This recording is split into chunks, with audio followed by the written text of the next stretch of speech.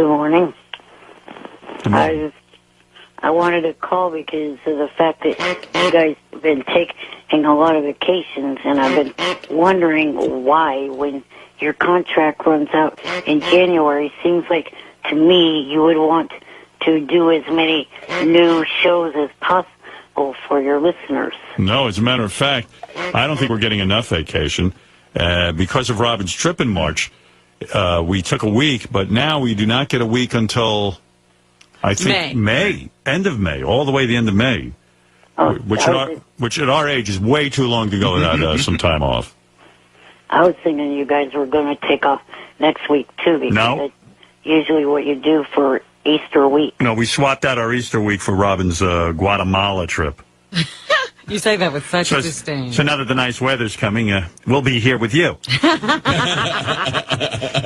Can't tell you how thrilling that is. No, but we wanted to do it for Robin. She wants, it was important. She had to go fact find, and look what good has come of it. Listen to my new theme song. Yeah, I mean, look at all the good we got out of Robin's trip.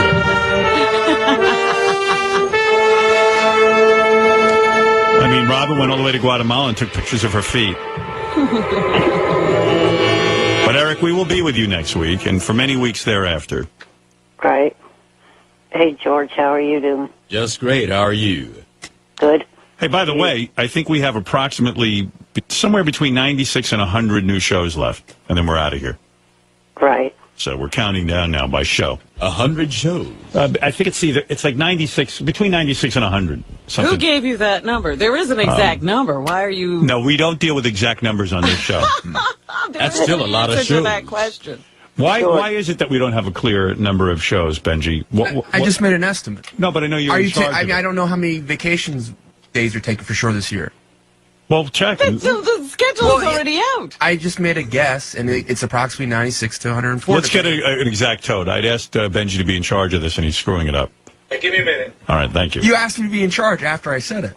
No. You tell the truth. All right, we talked about this a couple months ago. I want a countdown every week of how many shows I have left.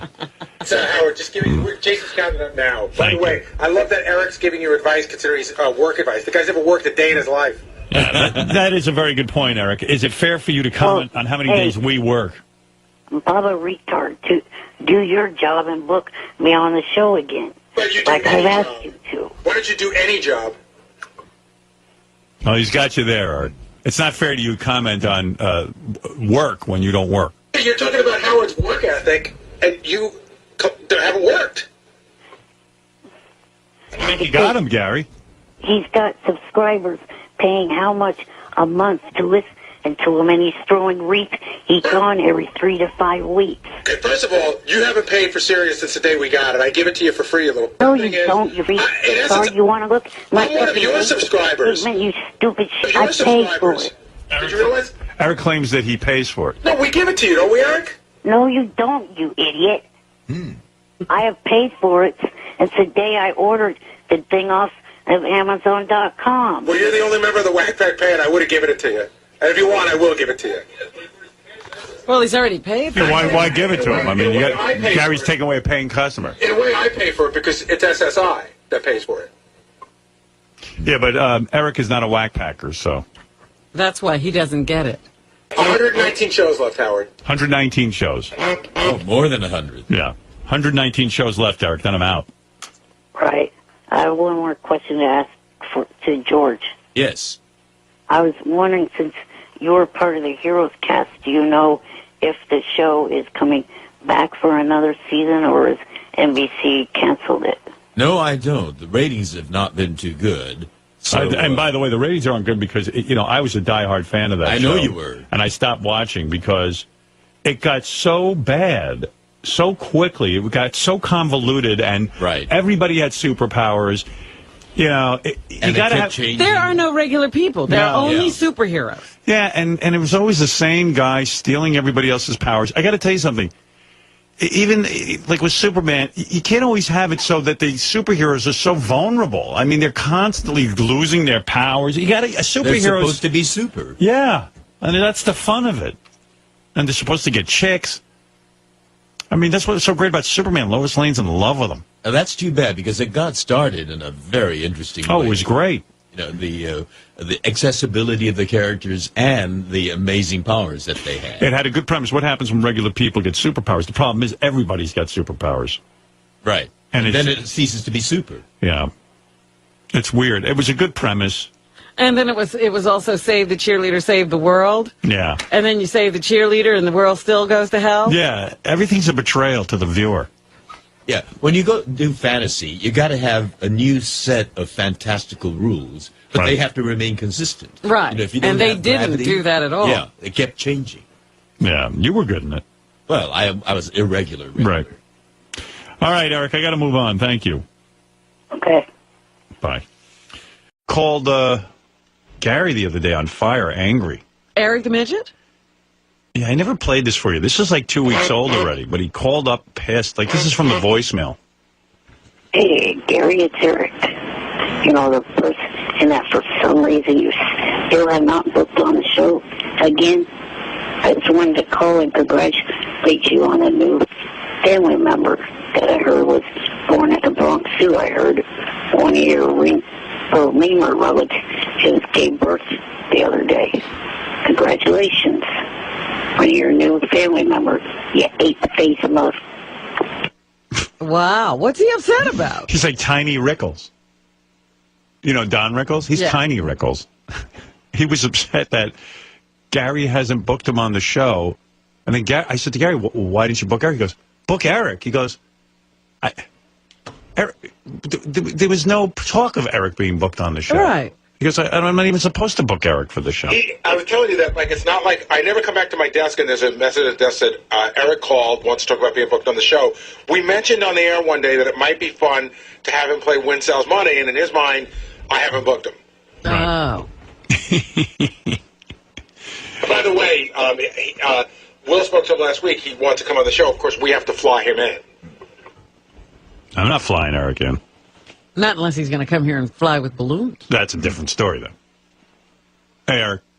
Good morning. Morning. What's with calling Gary an ape and at the zoo? The lemur family member? Oh, like no one else calls him ape. Yeah, but I would think you'd be sort of sensitive to people calling You don't like being called Eric the Midget. Oh, I know that. He's mad at me because I keep asking him multiplication things and he can't get them. Like what? Ask him one. Well, did you finally get 9 times 8, Eric? Yeah, I got that on the show when I was asked to me before. You got that after like 17 minutes. What is it? 9? Oh, why do we have to go through this again? What's 9 times 8? I don't want to go through this again, all right? Oh, my God, you can ask him the same one. Eric, but we already asked you that one and you got the answer after 17 minutes. 72. Right. He's probably got a calculator in front of him because he didn't know it. So what's 9 times 6? He's got a calculator. Do you have a calculator? Be honest. No, I don't. Yeah, I don't believe you. What's 9 times 6? Quickly. 9 times 6. This is proof I don't have a calculator. I'm not going to be able to come up with this right away. 9 times 6.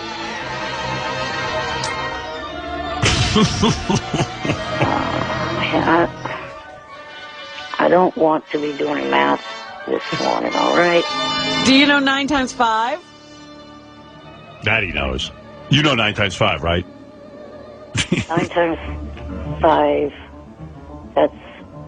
Oh, wait, 9 times 6 is 54. Yeah, someone's giving me an answer. Yeah. No, no one's giving me... Nah. They are. Yes, they are. You either know that or you don't. My roommate is asleep. Well, but you've got a calculator. Only other person You're in probably the on that house. stupid computer of yours, that JFSC that is. You're on the computer and people are giving you the answer. We know you don't know it. I'm laying on my bed, going to go to sleep after I get off the phone. I don't have the computer on. I don't believe you for a minute. You don't know it immediately. You don't know it. And all of a sudden 54 comes out of you.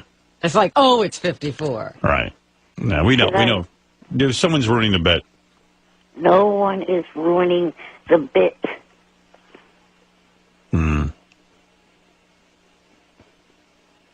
I remember that He would be good on Win Sal's Money because when he's in here, he ain't going to have no calculator. Right. We'd see him. 45 is 5 times 9. Yeah. 9 less than that. Yeah. Oh, yeah, okay. What about 9 times 7? That was your biggest. Nine. All right, quick. 9 times 7. Go ahead. Right now. 9 times 7, that would be Yeah, exactly. 9 less than 72, Go ahead. which would be 61. That's the old Eric I love. See, when you don't have help, it's good. I apologize. I should never call you Eric the Midget. You're Eric the Math Retard. I'm retarded.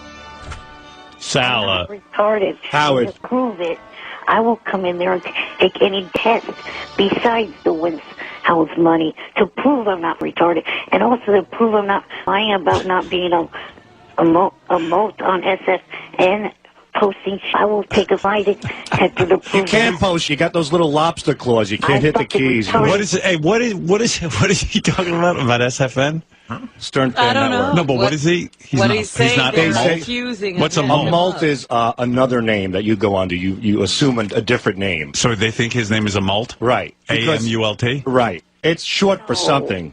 Yeah, a malt is somebody else's. So instead of being Eric So the there's a Midget, guy on Stern Fan Network who everyone's annoyed by. right, he might be Dwayne Rodriguez, but it's a malt for Eric the Midget. Right. So people are annoyed by Eric the Midget. So he goes on there as a different name, and what he does is he praises himself on there. Right. Oh, you're kidding. Yeah, so people can figure out who a malt is right away because he's the only complimenting Eric the Midget. Howard, Sal's not entirely right. He's not going on under the name a malt. No, not a malt. What but is he saying here?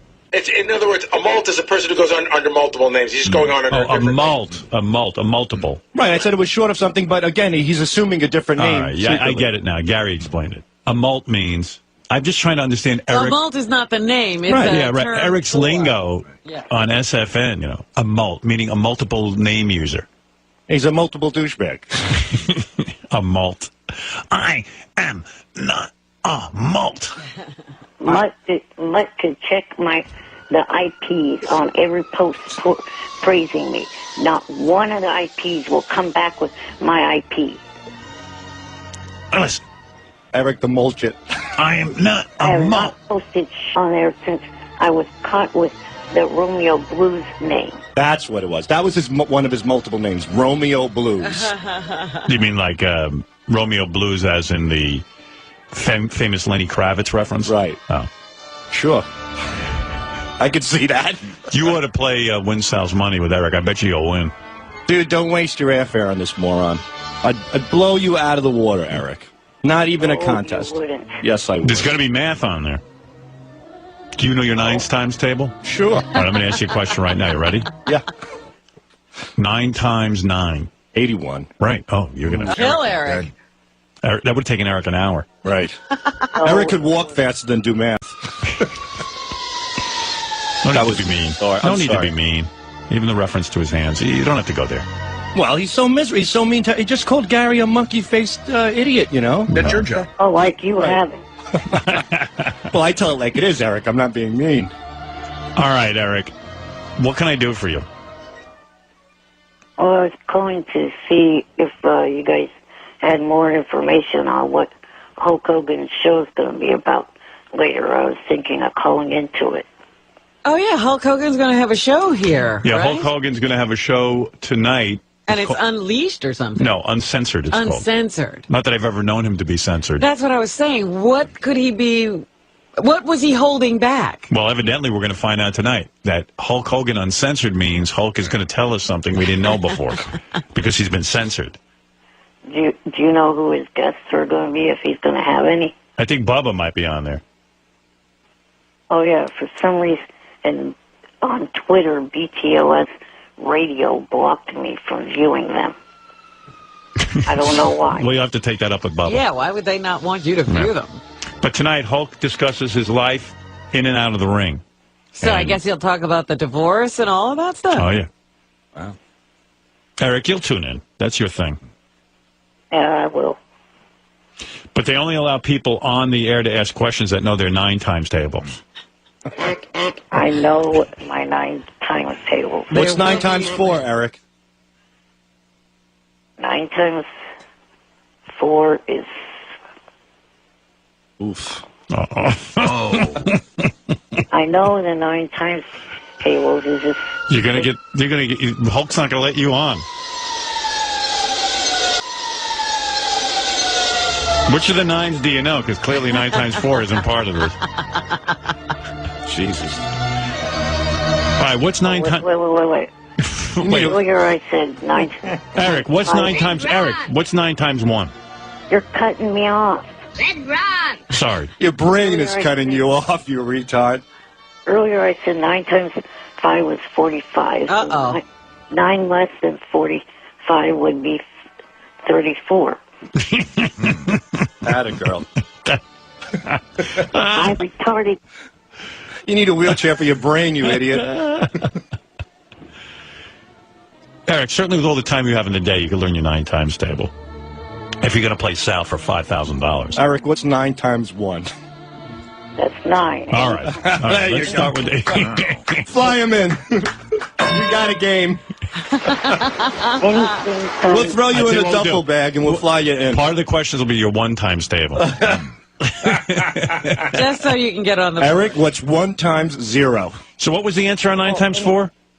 Anything times 0 is 0. All right. So what's the 9 times 4 answer again, just so I can get it out there? 34. Okay. All right. I just want to make sure of that. All right, very quickly, 9 times 7. Don't do any math. Go. Forget it. If he doesn't know 9 times 4, how's he going to get 9 times 7? All right, Eric, I got to go. All right, okay. 9 times 4, by the way, is 36. Why tell him? Because he should know. Oh, oops. You're off by 2. That's not a big deal.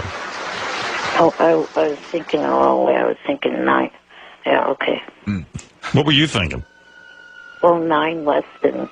For some reason, 9 less than 45 I thought was 34 instead of 36. Right, you up again. You're an idiot. Well, yeah, the problem, Eric, is that you can't subtract either. Right. Yeah, that's another thing. Subtraction's going to be part of the test. Wait till we get to some subtraction, Eric. You're going to be screwed. Give him a subtraction question, Sal. What's 100 minus 18? Uh-oh. 9... Oh, wait. 82. I think that's right. That is right. Sal doesn't know. We're like, hey, I don't know if he's right. How are we supposed to know the answer? Right, you're so dumb, you're just bound to be wrong about everything. If he plays you and wins Sal's money, can he bring a calculator? That's not fair, is it? No. Or Yeah, you could bring one. You're letting him? I don't want to be mean, but he won't be able to hit the button. Won't need it. All right. How about it? I'm not good at history. I don't know how he is on history. Oh, hell. I'm going to wipe the floor with you on that one. All right, who fought in the Civil War? North and the South. All right. And who were the... What? Let me see. I think I got this from last time. Who were the presidents of the North and the South? Am I right about that? Yeah. Lincoln was the North and the South president. Oh, man, now I lost it. I know.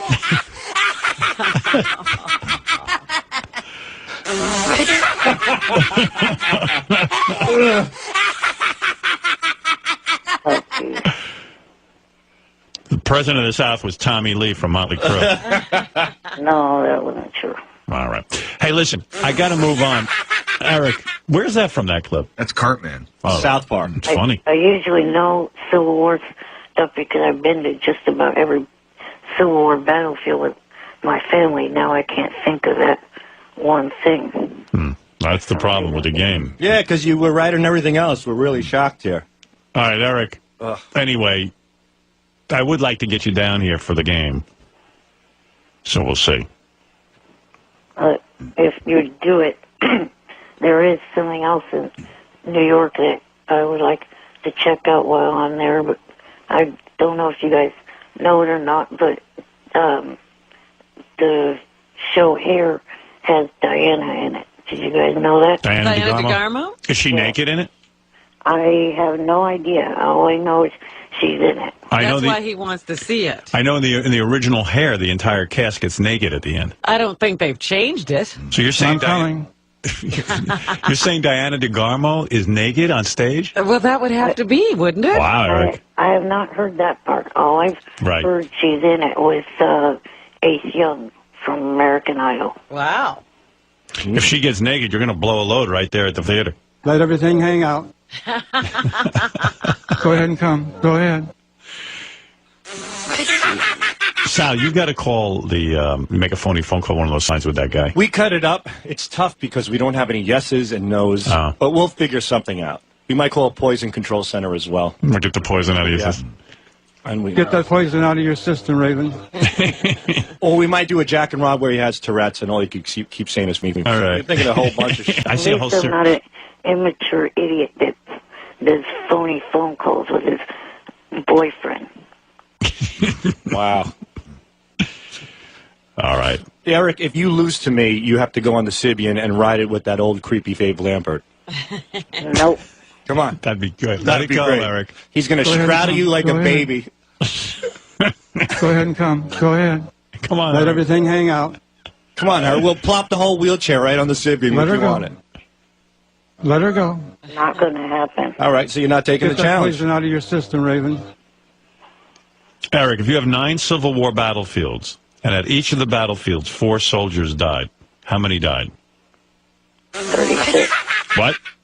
36. That's correct. Okay, he's on top of his game. All right. All right, Eric, listen, I love you. Don't worry about anything. We'll hopefully one day you'll get here and you'll play Sal, okay? Hey, Howard. Right. Yeah.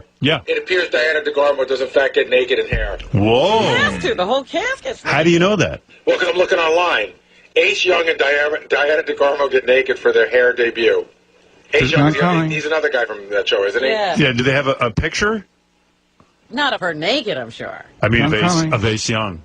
Who is Ace Young? I don't remember him. Just if I showed you the picture, it'd be like one of those guys from American Idol. I think he was season 5. Not that means anything. Yeah, I don't know them by season. But I think he was another good-looking guy with a yes. name like Ace. What if you see Ace naked, Eric, and you get excited? That won't happen. Diana DeGarmo naked. Oof. I'd like to see what's doing there. Sure, why not? How old was she when you was on American Idol? 16? Yeah. I guess she's all grown up. She's all grown up. Now she's a woman naked. Now she's naked. Yeah. She's got to be. She ain't a good singer. Oh. Put the mic down, honey. Let's see those tits. Yeah. Good acapella. Flash the Beaver. Let's go. Like we give a what she's singing. You think Diana DeGarmo wants to flash her twat on stage? No. She wants to sing, but she can't. Let the sun shine. All right, what am I doing the show with Sal? I don't know. Yes, I think you have a new Poured out of my mind with Eric, so. All right. All right, take care, everyone. Have a great day. So long, folks. Take care, Sal. All right, Eric, thanks. Okay. Later. See ya. Bye for now. Bye. All right, check in with Eric the Midget on a Monday. It's going well. I'm retarded. All right, I got to take a break. I was like, hey, that might be kind of funny and stuff. I don't know. But he was begging us to go to his high school reunion, so I forgot about it. Mm-hmm. So Doug Z. Goodstein, executive producer of Howard TV, said, hey, I think I'm interested in this for Howard TV. I'll call Eric, and I'll see what's going on. Here's Doug to report on his conversation with Eric, because it only gets more bizarre. Go ahead.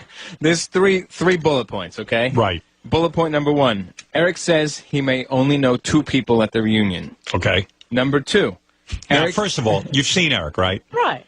Don't you think he was the talk of his high school? Don't you think Everybody knew him. Yeah, everyone knew Eric. Number 2, Eric thinks it may not be a good idea for us to come.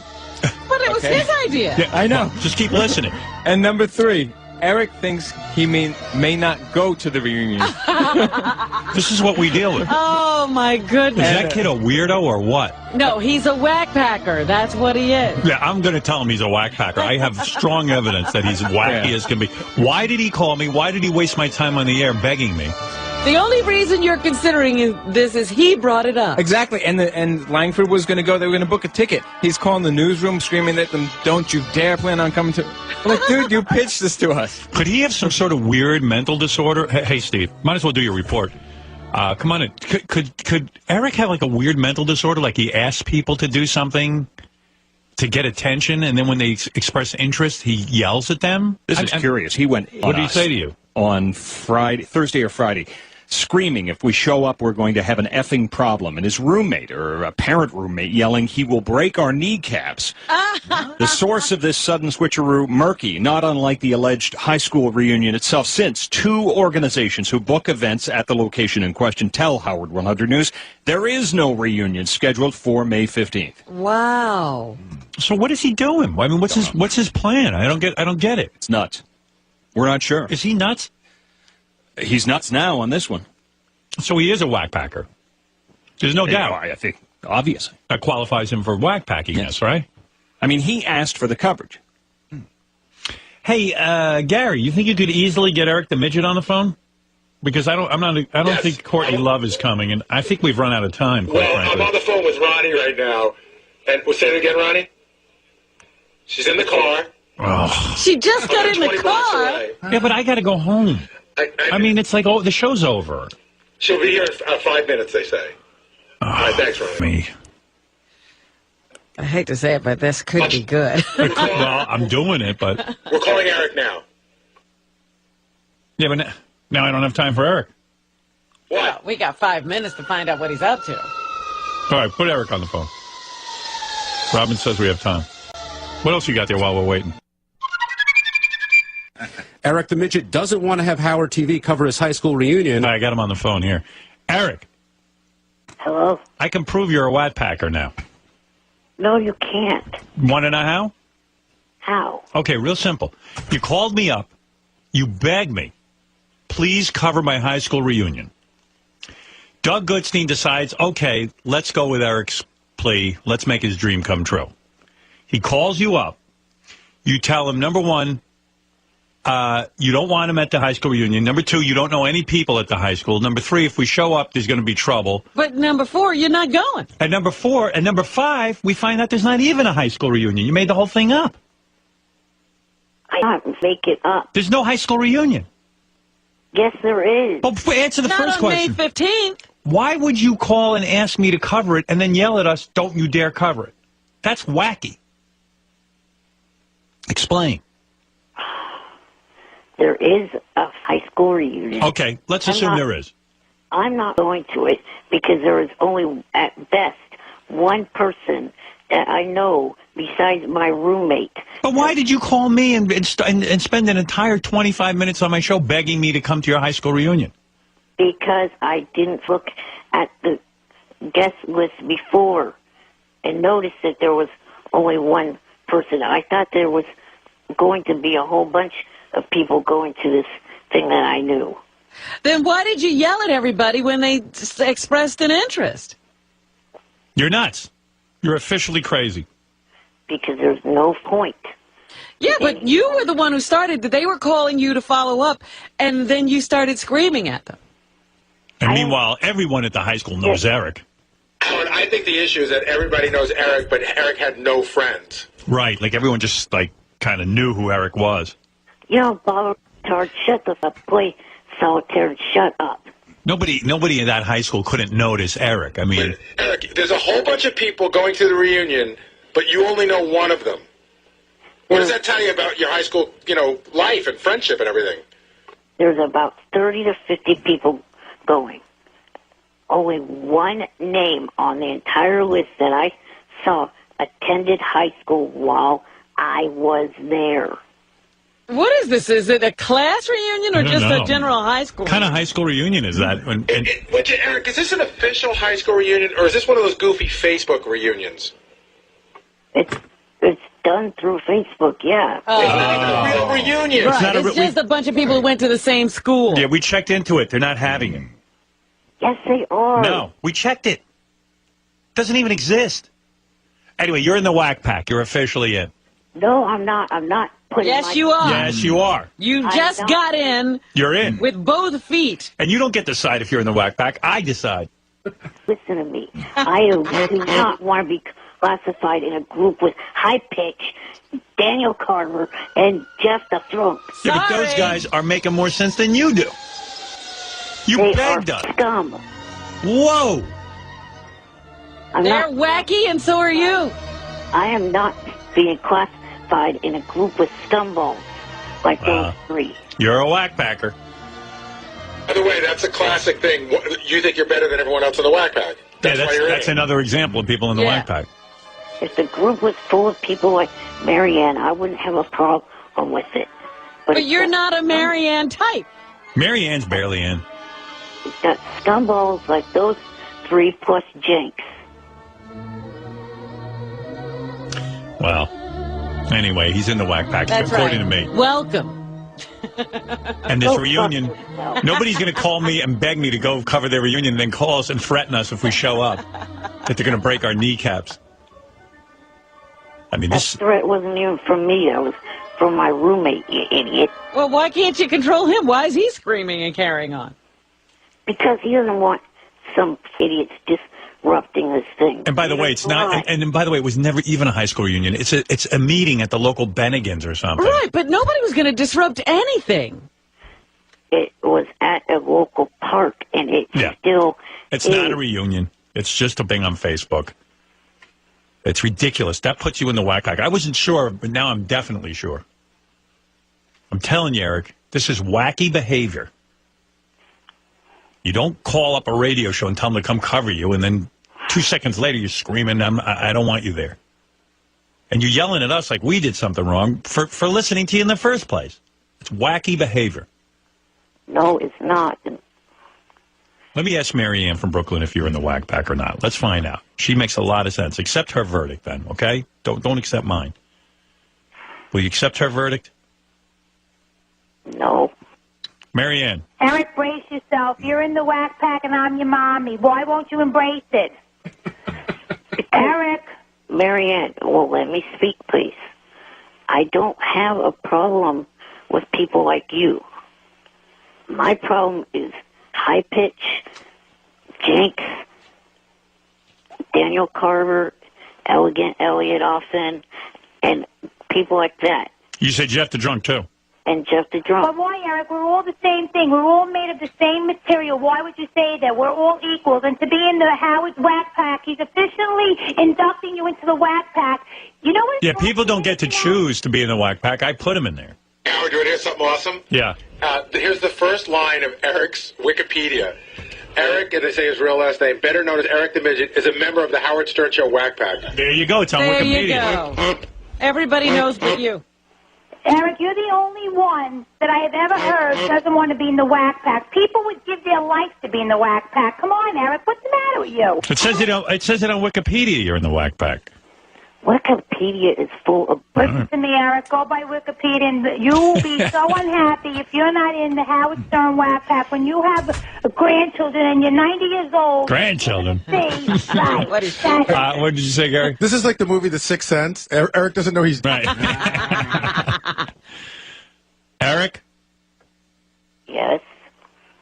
You exhibited very wacky behavior with this reunion. Time for you to face reality. And get the record straight. I did not yell at Doug Goodstein or anyone from Howard TV. I was calm with them, rational with them. My problem was with that idiot reporter of yours. Steve Langford? What did he do wrong? He was going to cover it. Yes, and I told him not to, and he's still being a hard-headed head, wanted to cover it. He wants to cover it anyway. That's funny. He should cover it. And them, once you put us on it, we're going to cover it. You called it in. Let me finish. I don't have all on fire today. He is. Doug Goodstein and them said, okay, if you're not going to go to it, then we won't cover it. Right. But then Steve Langford said what? Steve said he's going to cover it anyway. I like that. I like that about Steve. That's good. You're not covering it. He was going to bring you the reunion. He's going to get some info on this whole thing. All right, Eric. I just wanted to let you know it sounded very wacky to me. Goodbye, Eric the Midget Whackpacker. Gary, shut the f up and go play solitaire or go read an audio book. Go write a new joke. That's pretty funny. Jeff the Drunk, go ahead. Eric is a whackback. You're a piece of trailer trash. Oh, go fuck your fucking bag, why don't you? All right, that's no way for fellow whackpackers to talk to each other. Scum. Oh, whackpacker, whack off. All right, there you go. All right, Eric. Thank you for answering our phone call. Bye for now. Bye. All right. Eric says he is not in the whackpack. Yeah. You know, it's funny with this Eric the Midget. He was saying he's not a whackpacker, and he clearly is. And one of our listeners put together sort of like a real scientific thing, a criteria to determine who is really what a whackpacker is. And it's based on a point value. And Eric, out of everyone, scored the highest. Higher Really? than Wendy the retard. Higher than Beetlejuice. Yeah, it's really an... Hey, Eric. Whackpacker. I'll prove to you why, based on this scientific method, why you are a whackpacker. But here is Eric's latest phone call to us. He left a message for Gary. He says terrible things to Gary. He calls him ape face and different things. What's he all upset about? It's hysterical. This is why I think Eric's so entertaining. Here is Eric the Midget calling Gary back in the office, threatening Gary. What page is that on, guys? I wish it could all be on. Oh, here it is. Got it. Hey, ape face. You know, instead of you assholes sitting there in those studios, in those offices, speculating whether or not I have some kind of mental disorder, why don't you fly my ass to New York and test me on every test that they've got? And I will prove to you that I do not have any mental disorder. And that I'm not retarded or anything like that. It's just you piss me off. Too many times. You have made me look like an idiot. Test my ass so I can prove to you and your listeners that I'm not an idiot like all you think I am. Don't waste Sirius's money sending that Canadian asshole reporter out here to California to cover something that he has no business covering. Use that money instead to fly me to New York to test me on psychological tests, IQ tests, whatever. I don't give a shit. Test me on whatever. And I will prove to you and the listeners that I'm not a mental retard like you think I am. Oh, yeah. Hope the Mets get swept. That didn't happen. No, the Mets are doing good. Eric, first of all, you know why I wouldn't fly you to New York to test you? Because if I said I would do it, you would then say I don't want to come. That's right. He'd have a problem with coming here. No, I would not back out. Yes, you would. No, I would not. Which is another reason why he's a whackpacker. Yeah, he doesn't know what he wants to do. And by the way, isn't the term retard just as offensive as midget, Eric? Oh, yeah. Then why do you throw it around all the time? Not only that, but so do you. Two people with the names retard. Yeah, but how come you use the word retard if you're so offended by midget? Eric, the retarded whackpacker. I'm not a midget.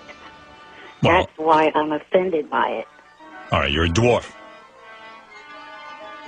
Well, anyway... that wasn't a good explanation of why he uses the word retard. Eric, the lame-ass whackpacker.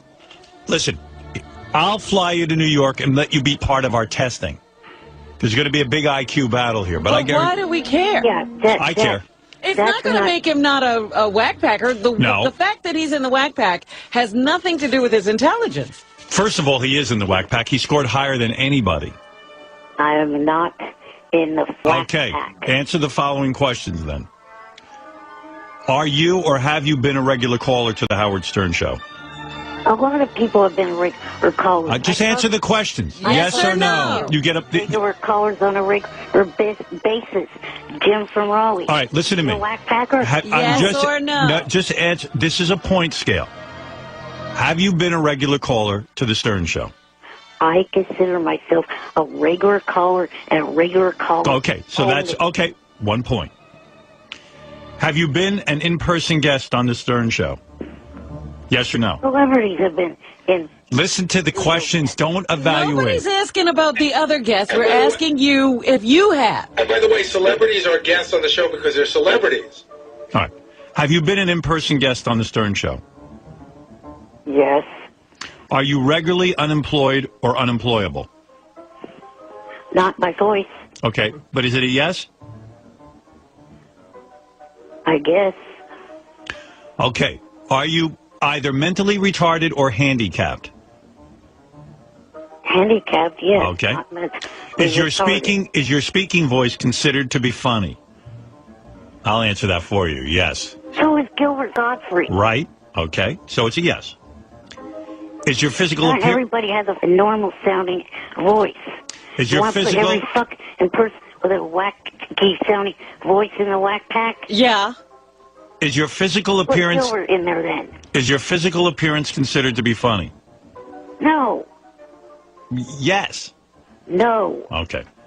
Well, you'll argue about that. Is your physical appearance considered to be disturbing? No.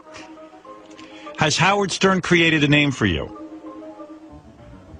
No, I believe that No, I did. Stuttering John.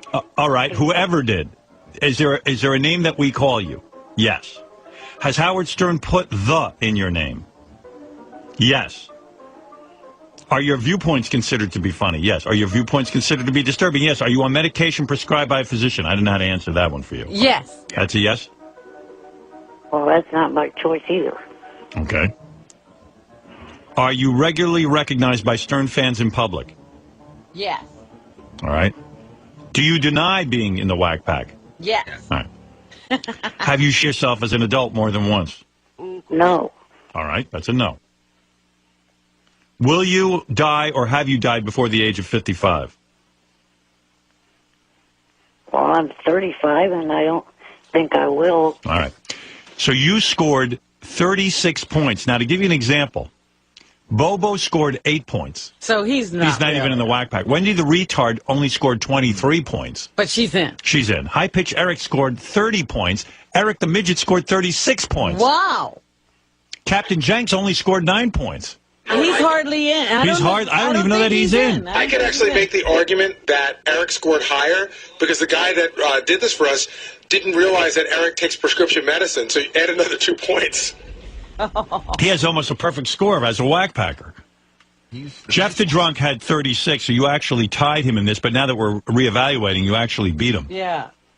Underdog Lady only got 16 points as a Whack Packer. Wow. So what's the cutoff where you say below this you're not a Whack Packer? I think above anything this? below 10 is not a Whack Packer. Okay. Daniel Carver got 21 points. Hansy got 17 points. Ass Napkin Ed got 24 points. Marianne from Brooklyn only got 9 points. Right, she's not a Whack Packer. She's not. What about King of All Blacks? I'll tell you right here. Miss Howard Stern got 17. Nicole Bass, 16. Blue Iris, 17. Fred the Elephant Boy, 21 points. Crazy Alice, 16 points. Will the Farter only got 10 points. He's not really a Whack Packer. He's on the cusp. Joey Boots got 12. Crackhead Bob got 20. And who did you ask about? I asked about King of All Blacks. Did they not evaluate him? This scientific survey works because, like, Evil Dave Letterman only got 9 points, and he's not a Whack Packer. Rappin' Granny got 14. Siobhan got 14. Sour Shoes got 15. Beetlejuice, 33. Pittsburgh Pete only got 9. Right. Pittsburgh Pete isn't a Whack Packer. Not a Whack Packer. This thing works. Gary the Retard got 20 points. Eric the Midget outscored Gary the Retard as a Whack Packer. Wow. Riley Martin only got a 15. But he's in there. Ham Hands Bill got 22. And who did you ask about? King of All Blacks. He's not even on this survey. I don't think he's a Whack Packer. No. I just wonder what he scored. So, Eric, that proves it. It proves nothing. Oh, my God, Eric, you had like a 38. You had the highest score out of any Whack Packer. I know you hate being a Whack Packer, but you are one. Yeah, I know you don't want to be You're one. a self-hating Whack Packer. Right. Why are you so bummed out about it? Because you have racist in this group, you have scum like High Pitch in this group. And that's but we got Elephant Boy in the group. What's wrong with Elephant Boy and Wendy the Retard and Gary the Retard? They're nice people. The underdog lady's a nice person. She certainly is. There's good and bad in every group. They've even had to kick people out of the Justice League of America. I mean, you're going to have to stop being white. You don't want to be in a group with racists in it. Right. Well, anyway, you're in, and you're the highest scoring one, higher than Beetlejuice. You're the top guy. How high? You're the king of the whack pack. I'm not a whack packer. You are. And any sucker that goes on my Facebook page and says I am, they're immediately getting blocked. Yeah, but it's even on. Remember that, people. What are you claiming now? He's going to kick you off. What are you claiming? That's another criteria. I will block any idiot that calls me a whack packer on Facebook. Wow. I don't care if I take myself down to 0 people. Are you sure you want to do that? Yes. Eric, the lame-ass whack packer. Well, anyone, let this be a lesson to anyone. I have a lot of stuff to get to, Eric, so I can't spend all morning with you. As far as you coming down here and being tested, I'm for it. It won't get him out of the whack pack. No. He's thinking that that's a way out of the whack pack. Do you think Eric the Midget could beat Sal in the intelligence test? No. I don't either. Robin, shut the fuck. Howard said no, he too. You can't beat Sal. I mean, Eric doesn't even know 9 times 8. No. You know, you can't use a calculator, Eric. You're not going to do well. You sure you want to be tested? What if we find out you're really below? Maybe you're Eric the Retard, for real. You sure you want to take it? I'll fly in. Yes, I want to take the test. All right. For starters, why is it that idea comes out a day after I suggest you guys doing that test on me?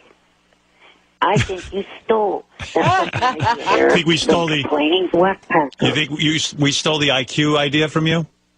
Yes. Whack pack. You're in the whack pack, Eric. Ridiculous whack packer. After I leave that message, it comes out as an idea by you guys. There you go. We've never done intelligence tests on this show before. We've done this many times in the past, Eric. You know that, right? You talk about people stealing ideas from you. Well, all right. Consider that So stolen delusional. then. You're a genius. The game whack packer. I don't know why you're getting so upset. If you want to be tested... And gee, I think I know who gave you that idea. What idea? Someone that one of the only people I told that idea to besides... Eric, can I be honest with you? Nobody seems to give me any ideas, unfortunately. I'm looking for somebody to provide a few ideas. He thinks Johnny Fratto gave us the idea. Oh, okay. All right. Well, without you and Johnny helping me, I'm pretty sure I would have been a failure. Johnny is going to be on Warrior next Tuesday night. All right. Steve, what do you want to say to Eric quickly? Because they have so many great things to get to.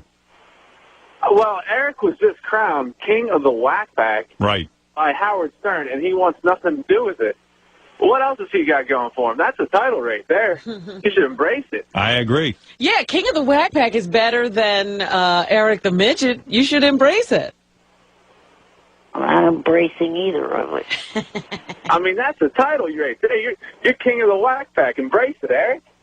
Francesco, you're on the air in Hartford. No Francesco. Captain Jenks, you're on the air. Hey, good morning. Hey, Eric, I'm not being confrontational here, but I'd just like to know what offends you so much about being considered the whack packer? You've achieved in a short amount of time what I've been aspiring to for 20 years. You're not even in the whack pack, Jenks. Right, you can't get in. You didn't even get enough points to be in. Yeah, Andy scored better than me. Yeah. I don't get it, but what offends? I'm just curious. What offends you so much about it? It's because there's complete nuts like Riley in the group, Elliot Austin, who's in the group but hasn't been around for a while, and then you also have High Pitch and Jeff the Drunk and Daniel Carver. They're all scum. but you don't represent them. I mean, you represent yourself. So I mean, and you're not like that. So I mean, you can. I mean, Fred the Elephant Boy's a great guy. He's in there. A Pink Cowboy, go ahead. What do you want to say? Yeah, how about it, Howard? Why don't you tell this Eric the Midget to get the off the phone if he can't admit that he's a whack packer? Tell him to take his douchebag self up the road in his little wheelchair. You know, Eric, you could elevate the whack pack. I don't see it that way. All right. Pink Cowboy. You douchebag. You douchebag. You're a stupid douchebag. Take it as a compliment. This is coming from an idiot that's calling himself a pink cowboy. Yeah, you also forgot to give me my picture, you douchebag. All right, Jeff the Drunk, what do you want to say? Shit from me. Eric, I challenge you. To what? To an IQ test. Oh, you think you're smarter than Eric? I wonder who... I bet you I am. I bet you Jeff is smarter. Yeah. Eric, you're saying you can beat Jeff? I don't think you can, Eric. The moron has destroyed his brain cells with pot, alcohol, and a car crash. I can still beat you, you fuck. You know what? I think I'm going to put these two in the test. How much is 9 times 6, Jeff? Jeff? 54. 9 times 6 is 54. I'm telling you. Okay. It's on. I might bet on Jeff. I bet you Jeff beats you, Eric. Right, he's a few Budweiser short of completely taking his brain out. Well, he's going to beat you, I think. All right, you're in, Eric. I'll have Gary work on it. Fly me in, too? Yep. All right. Oh, fly you in. Jeff, I can't fly you in from a place you drive an hour and a half from. He wants to be flown. He wants to be flown. All right. Maybe your money is not safe betting on planes. What is that, Eric? They don't let drunks on planes. Oh, yeah, they do. Johnny Frotto, go ahead. Go ahead, Johnny. This is Johnny, Eric's best friend. Go ahead. I'm probably the worst whack packer because I picked the phone up for this. Eric, I'm going to rat Eric out, Howard. Go ahead. Now, the reason Eric wants to do the IQ test in New York is because something's going on in New York. What? Oh. Something on Broadway. Oh, Diana DeGarmo. She's going to be naked in hair. And she's naked in hair. So he's just trying to get to New York to get there. Oh. Sorry, Eric, I got to do it. Is that right, Eric?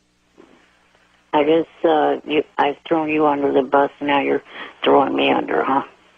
Well, I got to tell them the truth. They need to know that you need to go. You want to go see Diana DeGarmo? That's funny. You want to see? Mostly, Howard, there's a lot of dudes in the hair, isn't there? Yeah. Yeah. I mean, wouldn't you have to look at a bunch of dicks besides looking at Diana DeGarmo? Is Diana DeGarmo fully naked, Eric? Yeah. From what I've heard. You're in love with her, boy. If you're willing. Man, look at what he's willing to do.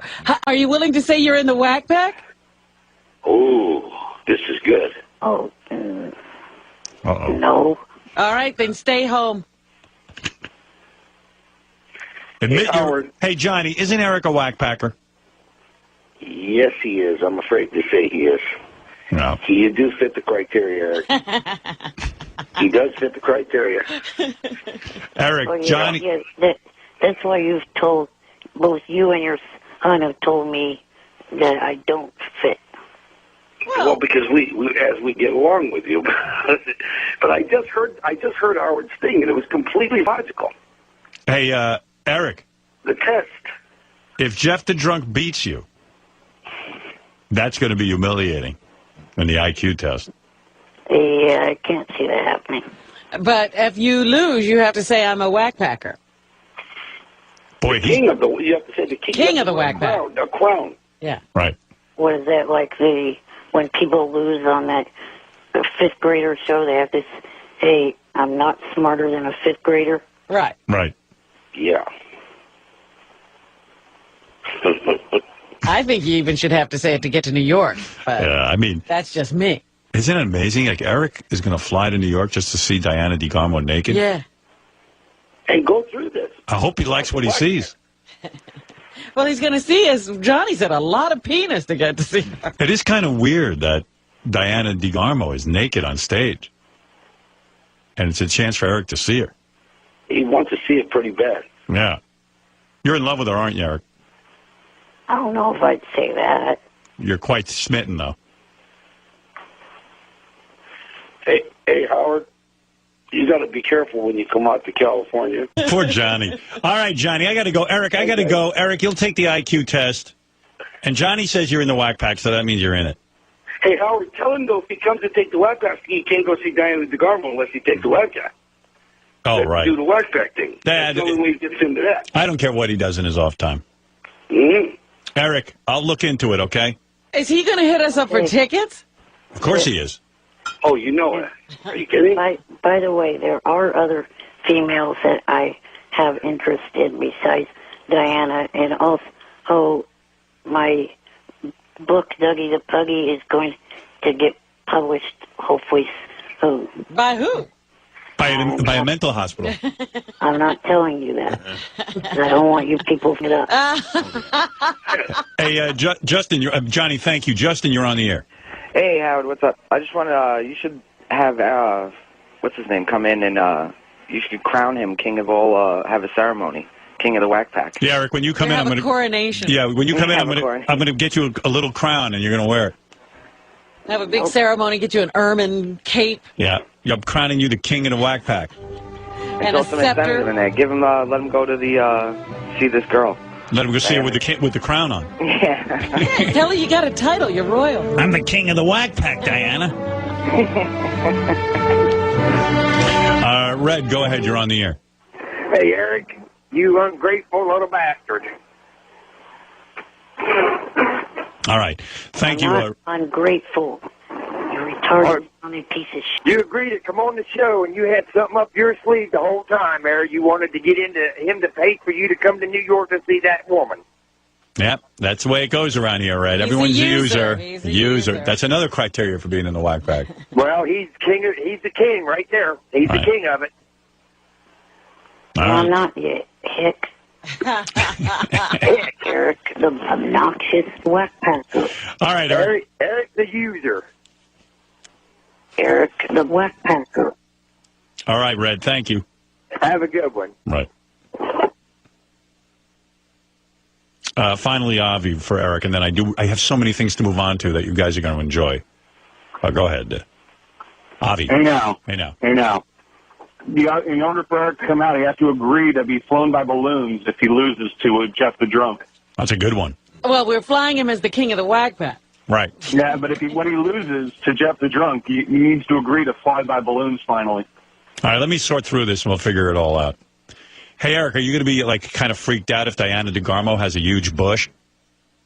I think they have to have bush. Oh, do they? It's the 60s. Oh. You're hardly even going to see her vagina. It's going to be covered up with all that hairy bush. What do you think of that? I don't know. You like that? I'm not making any comment about that. High Pitch Eric wants to just get a quick word in. He's pissed. Go ahead. Eric, let me ask a question. Why do you call me a piece of shit for? I didn't do anything to you. And why are you mad that Howard call you the king of the whack pack? You should be happy enough that you're on the show. Gee, the fact that you have been taken to court how many times for stealing people's credit cards and using Okay, well, hold on. That's over with. That's over with, okay? I'm not talking about that, but we're talking about you. Well, Eric's referring, Eric, to your past and that you... Well, the past is over. This is the present. Well, the past might be over for you, but maybe not for the people you owe money to. Well, Howard, seriously, why is he getting pissed that he's being called king of the whack pack? He should be happy that he's on the show and that you're calling him the king of the whack pack. That's huge. All right, Paris, you're on the air. Yeah, hi, Howard. Hi. Hi, this is Pat. I'm actually in the play Hair with Diana DeGarmo, and we're also nude in the play. I also get to kiss her in the play. Oh, really? Yes. Does she have a big bush? You know what? I don't really stare too much. It's so we try to play cool, but she's very nice looking naked. Yeah? Yes. But you don't know if she has a bush or not? I don't really recall. I think everyone pretty much takes care of themselves. I know we're supposed to be hippies, but we're pretty good. So you shaved off all your hair, too? I man groom. Yeah. clean up, you know? And do the girls have bush or no bush? You know what? Most of the girls are they're pretty clean, I'd say. Okay. Really? I mean, I don't in see the how... 60s, they weren't doing that. I don't see he could be in a play with a girl and not know if she has a bush or not. I don't know how he's doing that, but you'd think that they... We try not to stare, you know, you don't want to be caught staring. But you have to see something. So you make out with Diana DeGarmo in the play every night? Yes. Wow. Eric, what do you think of that? I guess he's lucky for that. Yeah, absolutely. All right. Thank you, Paris. Thank you. Bye-bye. All right, Eric. I'll be in touch if I can arrange all this. I don't even know that I can. I'm going to try. I'm going to try and get you flown in here for the IQ test. Yeah, and there's no shot in hell of Jeff beating me. He'll beat you. No. Eric, you don't know 9 times 8. I think you're in for a rude awakening. Nobody performs good on tests when they're half asleep. All right, so what's 9 times 8 now? That is 89 or 81. All right, listen. You are going to do horribly on this test. You sure I'm not. You might come out retarded. No, that's not going to happen. All right. Well, hey, I wish you luck. It'll be a legitimate. We're actually going to like one of those testing center? A standard testing center. Yeah. Okay. No shenanigans, and we're doing the long form test. All right, the big one. The big one. You all right over there, buddy? Yeah, just talking so much, I'm starting to get my throat dry. All right. Well, hey, go rest up. Okay. I think Eric's pissed at High Pitch Eric because he called us Kelly Clarkson. Right. You know what I mean? That's not the only thing. All right. Thank you, Eric. Okay. Bye. Bye. Bye for now. Oh, wait. Yeah. Is Hulk Hogan supposed to be on tomorrow? Is he going to have a regular show or no? I don't know. No, I'm asking as a guest Yeah. to your show. Oh, is Hulk Hogan on tomorrow? Yes. Yes, he is. Okay. All right. Cool. Later. I'll try to call in. How does Eric know that? How do you know that? Because I watched the game. They said something about it on the show. Hi. Oh, the Hulk must be promoting it. Yeah, all right. All right. Thanks, Eric. Bye. Okay. Right. Bye. Bye. I just have so much stuff to get to. I don't want to. Can't stay with Eric all day? Yeah, and now I need Even to break. though he is king of the wet pack. I need you to go through a very fast-paced thought process with me as I actually span the universe. All right. With different things, but now I have to take a break. So there you go. And speaking of whack packs, the $5,000 grand prize for America's Next Top Whack Packer is provided by FooBar.com. Join over 3.5 million people at FooBar.com. Real people, real fun. $5,000 if you happen to be our next whack packer. Just go to Sirius.com/Howard for contest rules and info on how to enter. Quick break, and then I have a lot of things to get to. I wonder if Eric would be a whack packer for $5,000. Oh, yeah. Oh, in a minute. Sure. Oh, for money, he would be. He would throw all of his beliefs out the window. Circles would go right out the window. I think so. All right, we're going to take a break. We still have to talk also about this IQ test thing because I want to finalize that and get it going. Lock it down? Lock it down. Now that Eric and Jeff the Drunk are involved. That's even an interesting bet right there. Yeah. Any way Eric can beat Jeff the Drunk? No. No way, right? No. No one's going to take Eric. Why do you think that, Fred? Every time you ask him the 9 times 8 question, he gets it wrong. I mean, we've asked him the same question over and over again. He said anybody's going to have problems when he's sleepy. He's wide awake. I asked Right. him again. He And he still still can't got get it it. wrong. What did he say, 81? 81 or And he says nobody tests well when they're sleeping. That's not a test. Yeah. That's something that just comes right to you. Right. I could be in a coma. I think I could answer 9 times 8. You tap it out. Yeah. Eric the Midget, you're on the air. Good morning. Yeah, what happened to you? I picked up on you before and I didn't hear anything. Where were you? I had my phone muted, and I forgot that I did that. He called me and muted his phone, and he was probably talking to me. Right. He was trying to talk. Yeah.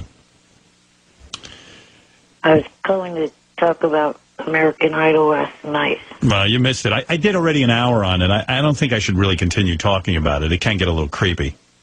You know what I mean? It's enough. Why did you call in when I was talking about it? Because I hadn't gotten up yet. Yeah. All right, well, give me one comment about it, and then I'll move on. Well, just that I think that Crystal should have won because she sang better, but I didn't like the 3 songs that they picked for her, and she picked. All All right. Thanks, Eric. Also, last week, did anyone notice that Lee threw a better first pitch than Gary? I didn't see that, but I think most people could throw a better pitch than Gary. Oh, Eric, real quick, a question for you. Without Simon, is the show over? No, I don't think so. Who should be the new judge? I think maybe Elton John would be a good No. Wrong. Elton John's too nice. Yeah. Elton John is Elton John. He's not going to sit there and judge American Idol. Elton John is an icon. He makes a fortune. What is he going to do, sit there and judge kids? Yeah, he's got much better things to do. Elton John wouldn't even accept the job. If he does, it means he's on really hard times. That means he bought so many flowers and that the taxes have gotten so high. And he bought so many duck costumes that he's bankrupted himself, if we see him on there. I mean, what would you rather do? Host American Idol, go out in front of 100,000 people and make millions of dollars in one night? I'd rather perform. Yeah, me too. By the way, you know what? They better come and beg me to do that. By the way, I wouldn't even take it. I just like everyone's debating whether or not they should hire me. Right. They would have to blow me to do it. I told you. I was offered this year of my own network television show.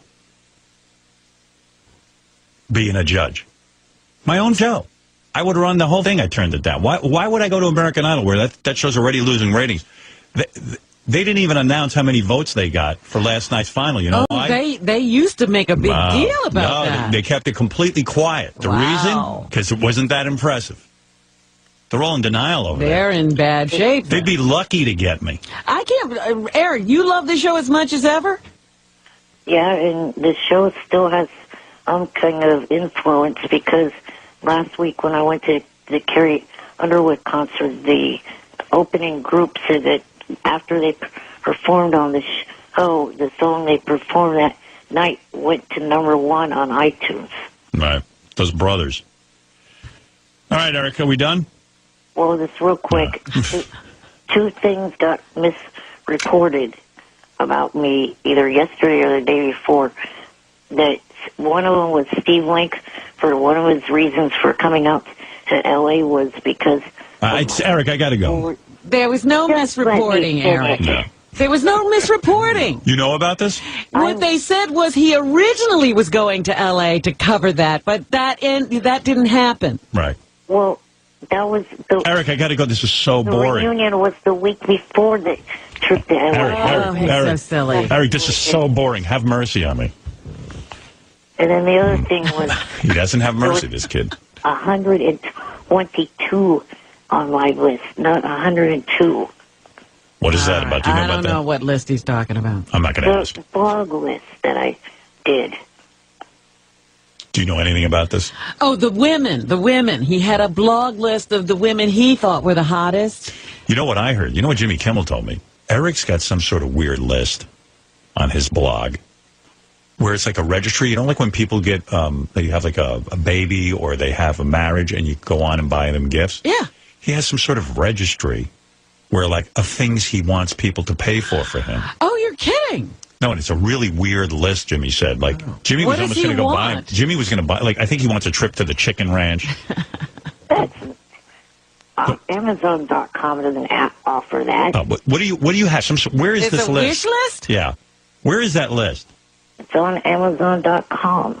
And what do you read the things you want the audience to buy you? I don't remember off the top of my head. Yeah, I got to get it. Like computer. Hey, guys, see if you can track it down. It's wild. Because Jimmy said he was going to go on and buy Eric something. Really? Yeah, because he said it was so up. It's like a registry, like a bridal registry. Yeah, but it's what you get him. Yeah. Oh, yeah. He's not getting you anything. Has anyone bought you anything? Yeah. There have been some things that have been purchased off of that. What'd you get? I got some computer games off of the list, some art supplies. What kind of art? What kind of artwork are you into? Just doing some freehand artwork.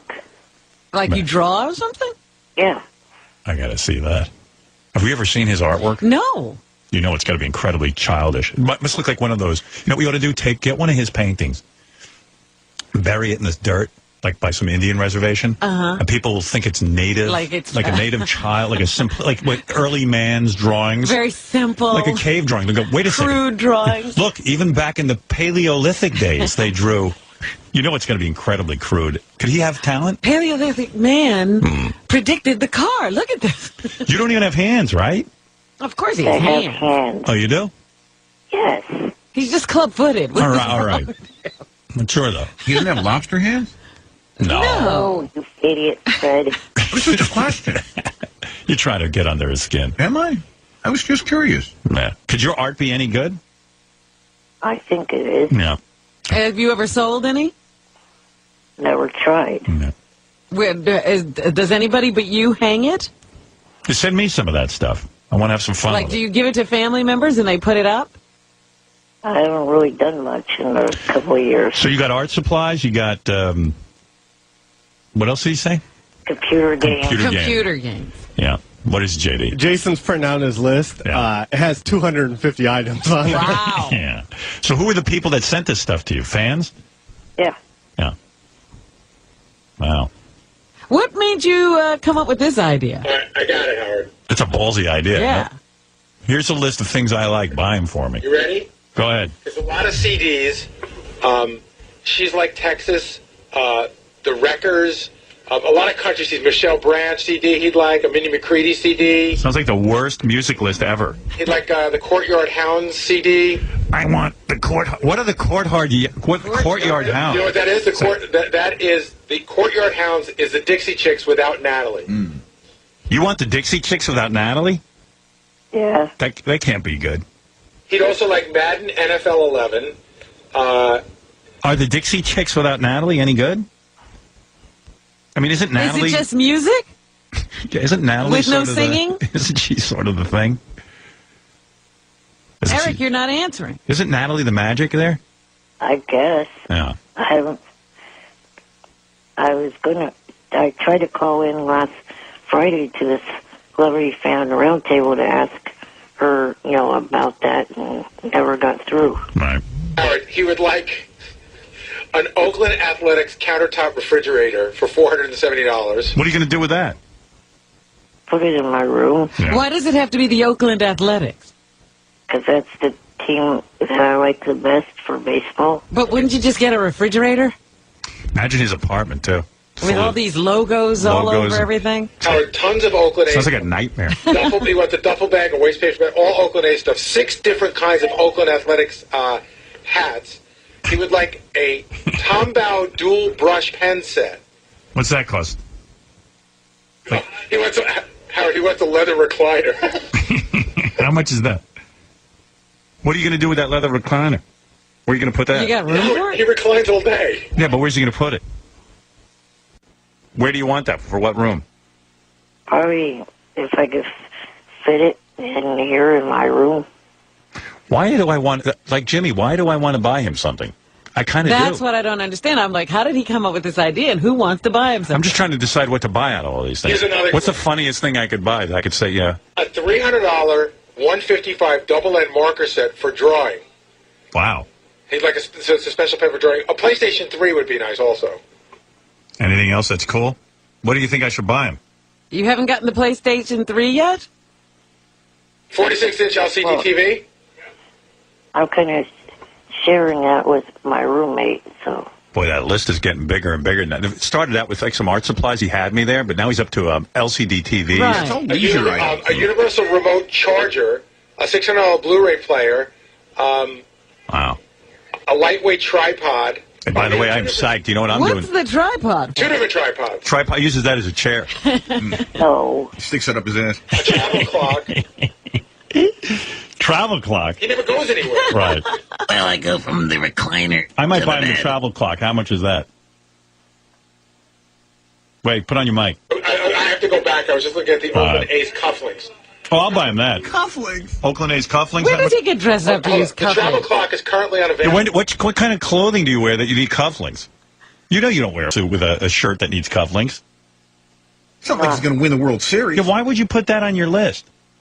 I'm buying him that. Howard, 2 different books: How to Draw Animals and How to Draw Ocean Animals, and a third one: How to Draw Grassland Animals and How to Draw Cars.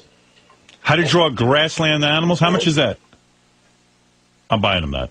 See, I knew he was going to be drawing They're all cards. $8. $8? He'd like a Flow TV. A what? Flow TV, that's a little portable handheld Oh, TV. yeah. Why did Oakland A's cufflinks? That's the one I'm hung up on. Because soon after you buy him the cufflinks, he'll have to get a tux. I mean, do you own any clothing, like custom-made clothing that would require cufflinks? I still have the tux from my brother's wedding. Yeah. When are you going to wear that again? If his brother gets divorced and then gets remarried. Howard, there's a navigation system. He'd like a Sony CyberShot camera. That's almost $500. I'd like that A myself. Sony DVD recorder for $130.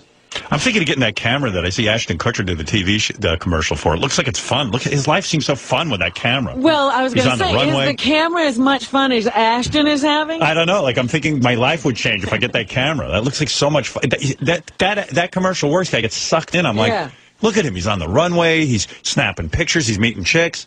It's a whole lifestyle, that camera. It gives you everything. I'll get that camera. I'll be taking pictures of my pubes.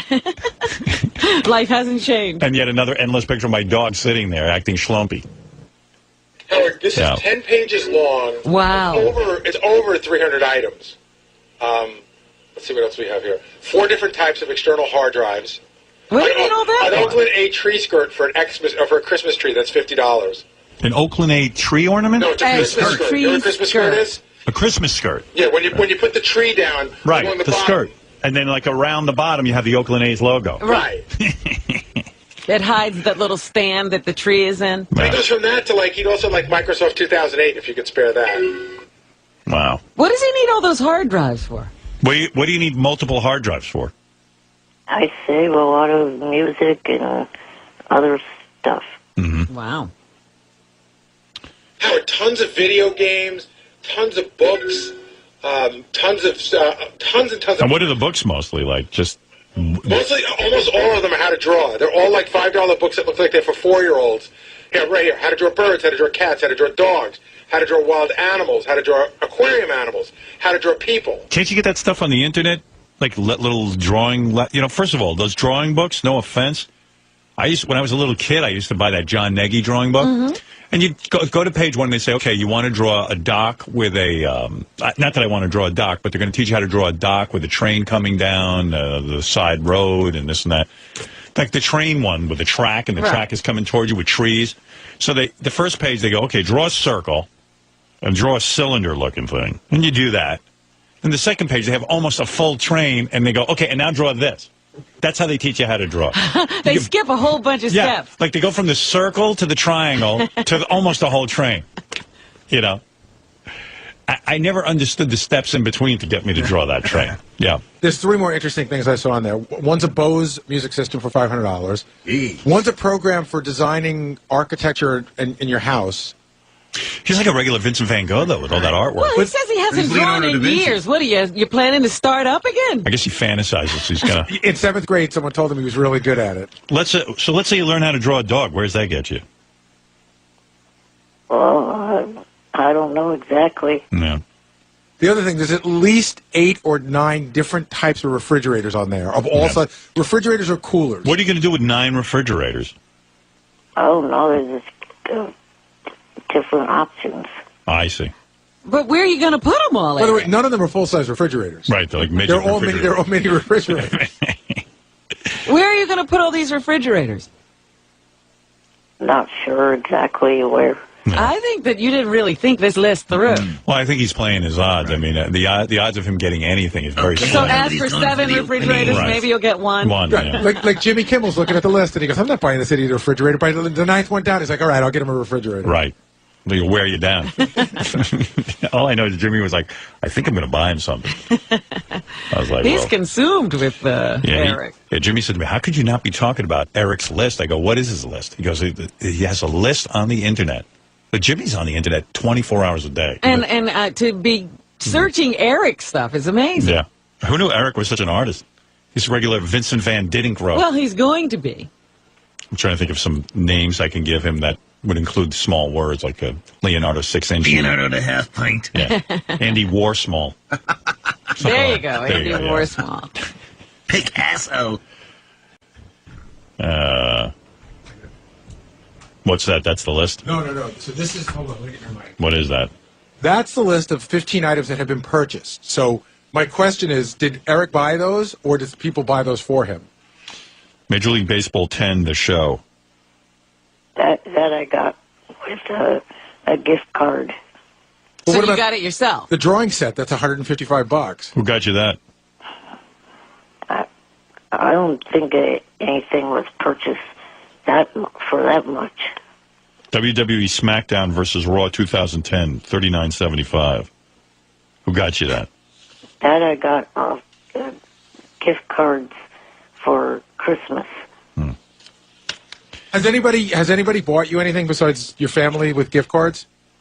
Yes, there's a couple towels that got purchased by fans. San Francisco Giants fiber reactive pool beach bath towel. And there was an A's one also. Who bought you that? Fans of the show. You spend a lot of time at the beach?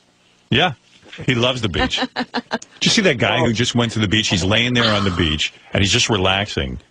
And an emergency vehicle ran over him on the beach. You know, he wasn't even both wheels. He wasn't even laying there. He was in a chair. He was in a chair. And, you know, I got to tell you something. I spend a reasonable amount of time on beaches. I don't understand why they allow cars on a beach. I understand an emergency these were vehicle. emergency. This All right. is like the SUV from, it was a park person. That I understand. But I see on a lot of beaches, they just let people drive their trucks and cars on the beach. I'm like, what the that can't be good for the environment, and it can't be good for people who are laying out. I mean, what kind of thinking is that? But they're like, no, we need to drive our trucks on the beach. I'm like, why? Because you're 4 years old? Yeah, and I love those people who need to drive right up to the water. Some guys they go, we're fishermen. I go, yeah, okay, show me where you're making your living fishing. Just walk down there with your fishing rod. Stop the crap. Take a little cooler down there with your bait, and you can fish. Come on. Yeah, but that guy got run over by an SUV. Yeah. And he lived. Yeah. They said the sand was soft, but meanwhile, he was in tremendous pain. He But broke his spine, everything. Tire tracks, the whole tread right across him. All right. Hey, anyway, I got to go, Eric. Okay. All right. How do we get on that list? Amazon? Yes. Okay. I might buy you something. I don't know. When's your birthday? March 11th. All right. Next year. You'll get something in March. Later. Meanwhile, Eric the other day called up, you know the guy at ABC that I know? Rob Mills? Right. And I set Eric up with a meeting to see if there was any work for him at ABC. Is that his worst nightmare? Well, Rob just said, Eric called him the other day and wants to manage this wrestler named Rehab. Or not Rehab. What's the guy's name? There's a guy on The Bachelorette who's vying for this girl's attention, and he's a wrestler. Right. I saw last night's episode. Oh, yeah, okay. So you know what I'm talking about. Yeah. He wants to manage that wrestler. Probably that guy already has a manager. Yeah, I would think so. Eric has absolutely no background in managing anybody. And this guy's already been discovered. Eric's acting like he discovered something. The guy's on a TV show. Yeah, Eric, the guy's on a TV. Eric, why'd you call Rob Mills and ask him if you could... What's that wrestler's name? I forget. What? You idiots get anything straight. Rob wrote me a note. Well, he was the one that came up with the idea for me to manage him. Oh, really? He told me you called looking to manage Rated R. That's the guy's name. Rated R. Oh, I was calling to talk to him about other things, and he came up with that. Oh, well, that's not what he wrote me. Told me you called him and want to manage Rated R. Yeah, I called him, but he was the one that brought that up. And Wow. What'd you call for? I was calling to see, if there were any new things that he could help me get.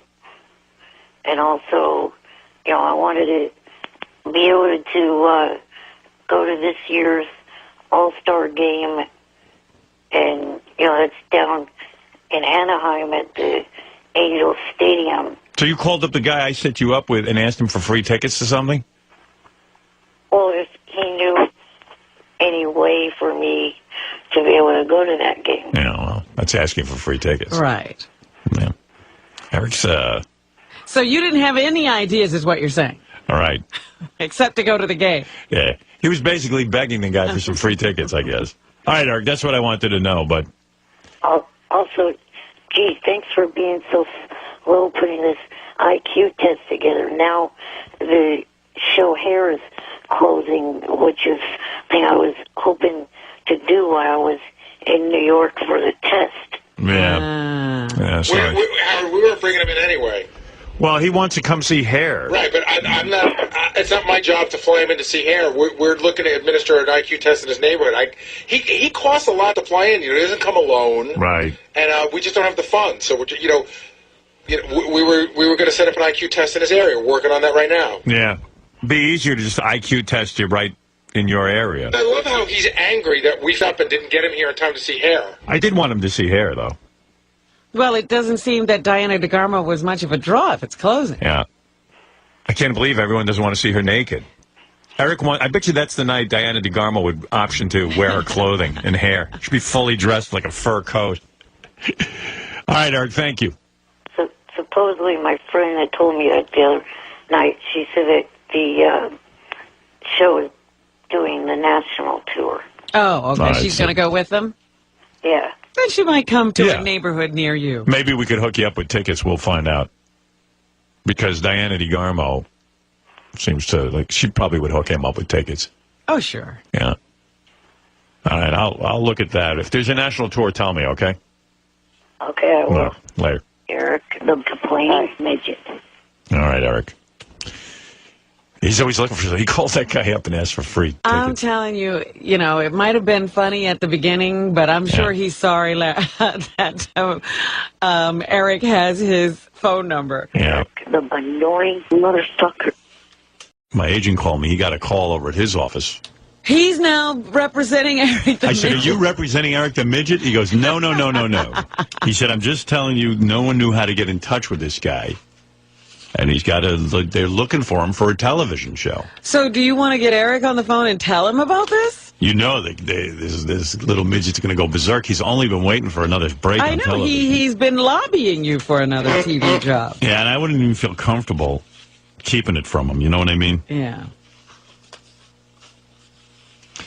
When I tell him, it's just, he's so ungrateful. Well, that's the thing. He should be screaming like a porn star. Yeah. He's not a real grateful guy. I mean, let's face it. We're the only ones interested in him.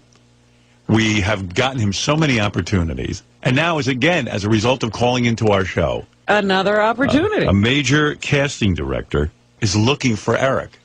And what is the role? I mean, is it something he can really do? I don't know. I don't know what the role is. I can read you this email. Well, maybe I should get him on the phone. Yeah, let's. Eric's a shitty actor. Do you want to hear his lack of excitement? Here's my prediction. We'll get him on the phone and we'll tell him about this, and he'll just be like, "Oh," he won't even say. Where do I call? Yeah, what right. do I do? Right. Yeah, it won't even be like, thank you. And then we'll say, you ought to thank you. Right. He'll have to be asked for a Eric, thank you. the rude, obnoxious, and annoying midget. Well, I'm glad you know it. Right. Eric, the chicken midget. Hey, Eric. Good morning. What's up? My agent called me yesterday. Says, I have to talk to you about Eric the Midget. I go, what's up? Says, I got a email from a casting director looking for Eric. They didn't know how to get in touch with him. He seems to got a part for you. Oh. Gee, your agent's working better than mine. Well, you want to hear the email? Sure. I'm having problems with my agent, Johnny. Yeah, well. Listen to this. I'm one of the casting directors on Fringe. Major show. What network? That's Fox. That's Fox, little man. Right. I'm one of the casting directors on Fringe, and I've been asked to track down Eric the Midget for one of our episodes. I found his manager last season, but can't find him now. Can you direct me to his agent or manager? And I got the woman's name and everything here. Oh, so you don't know what the job is? Don't know. I got to find out, though. Johnny said something about this part last season, like the email said it, the person got in touch with Johnny. Johnny is annoying me. He is so slow getting me work. But Johnny can't get you work. Johnny's not an agent. Do you think there's a big demand for you? Eric.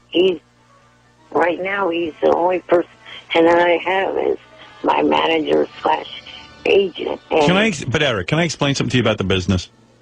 What's that? Okay.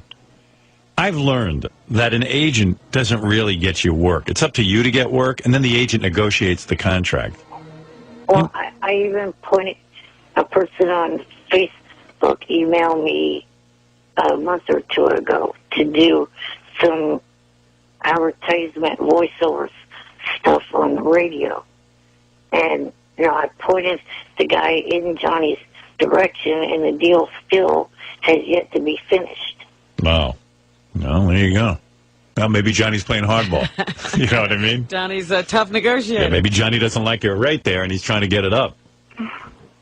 Trying to make you some real dough. And I also think he's taking secret meetings with Robert Mills behind my back. Is that true? No.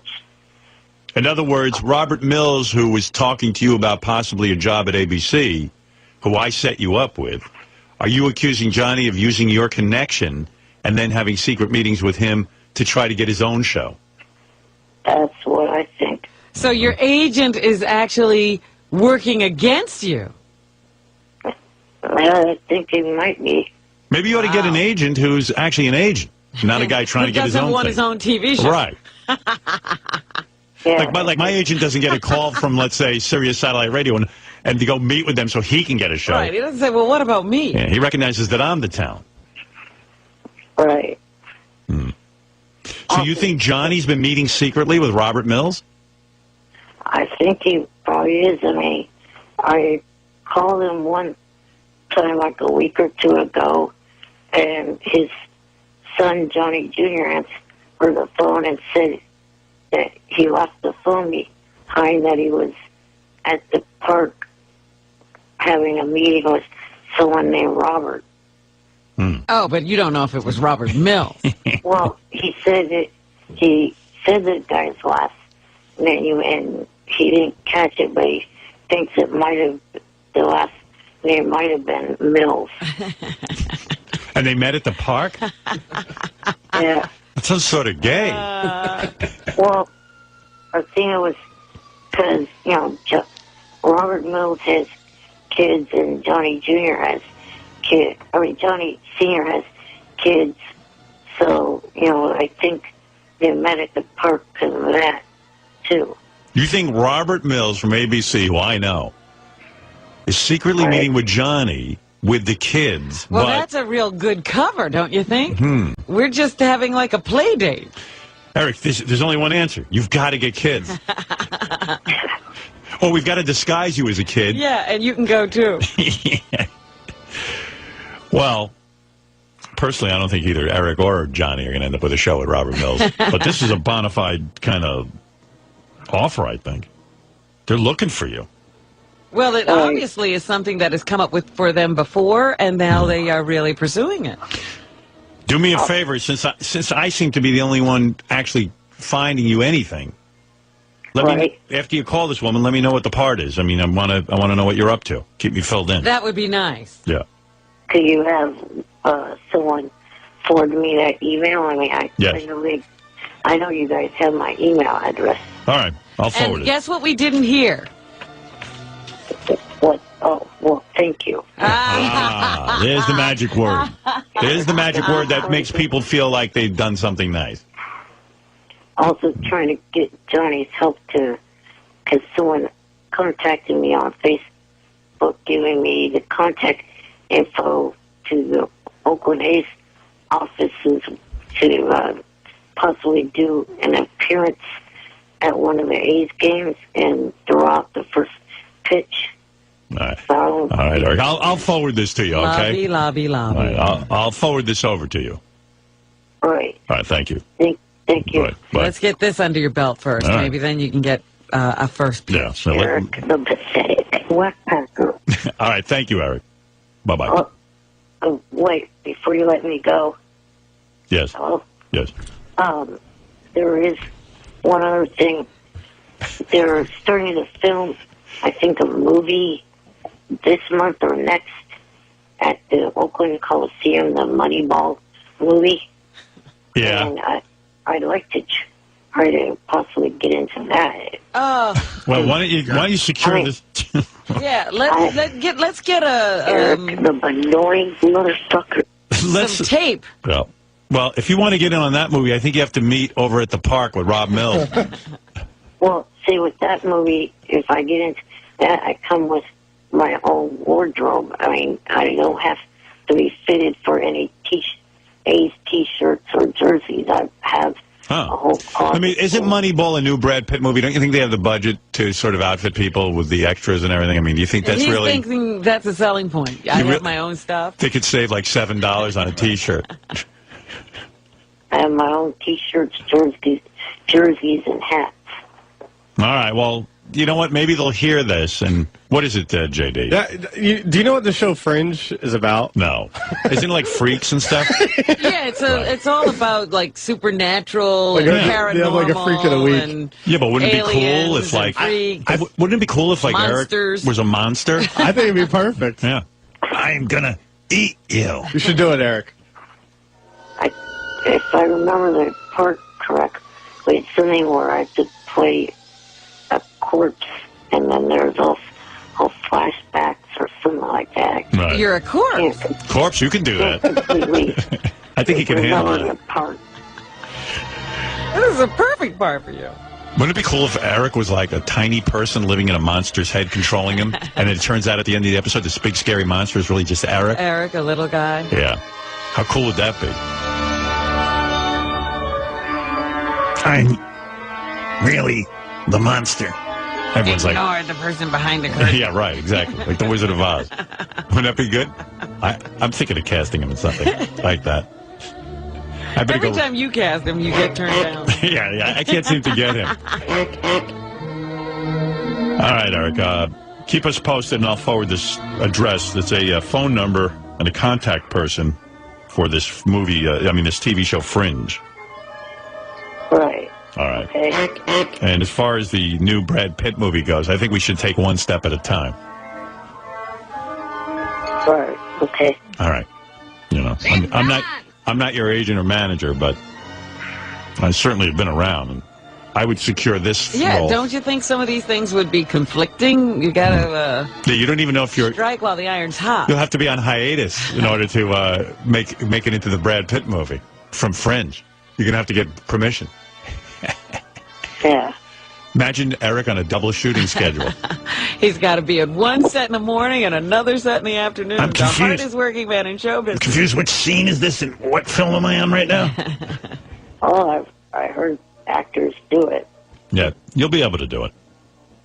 I'm just worried with your health. I want to make sure you're healthy. Do one project at a time. All right, Eric. We'll read in the tabloids that Eric's working too hard. Right. Oh yeah. I mean, it has.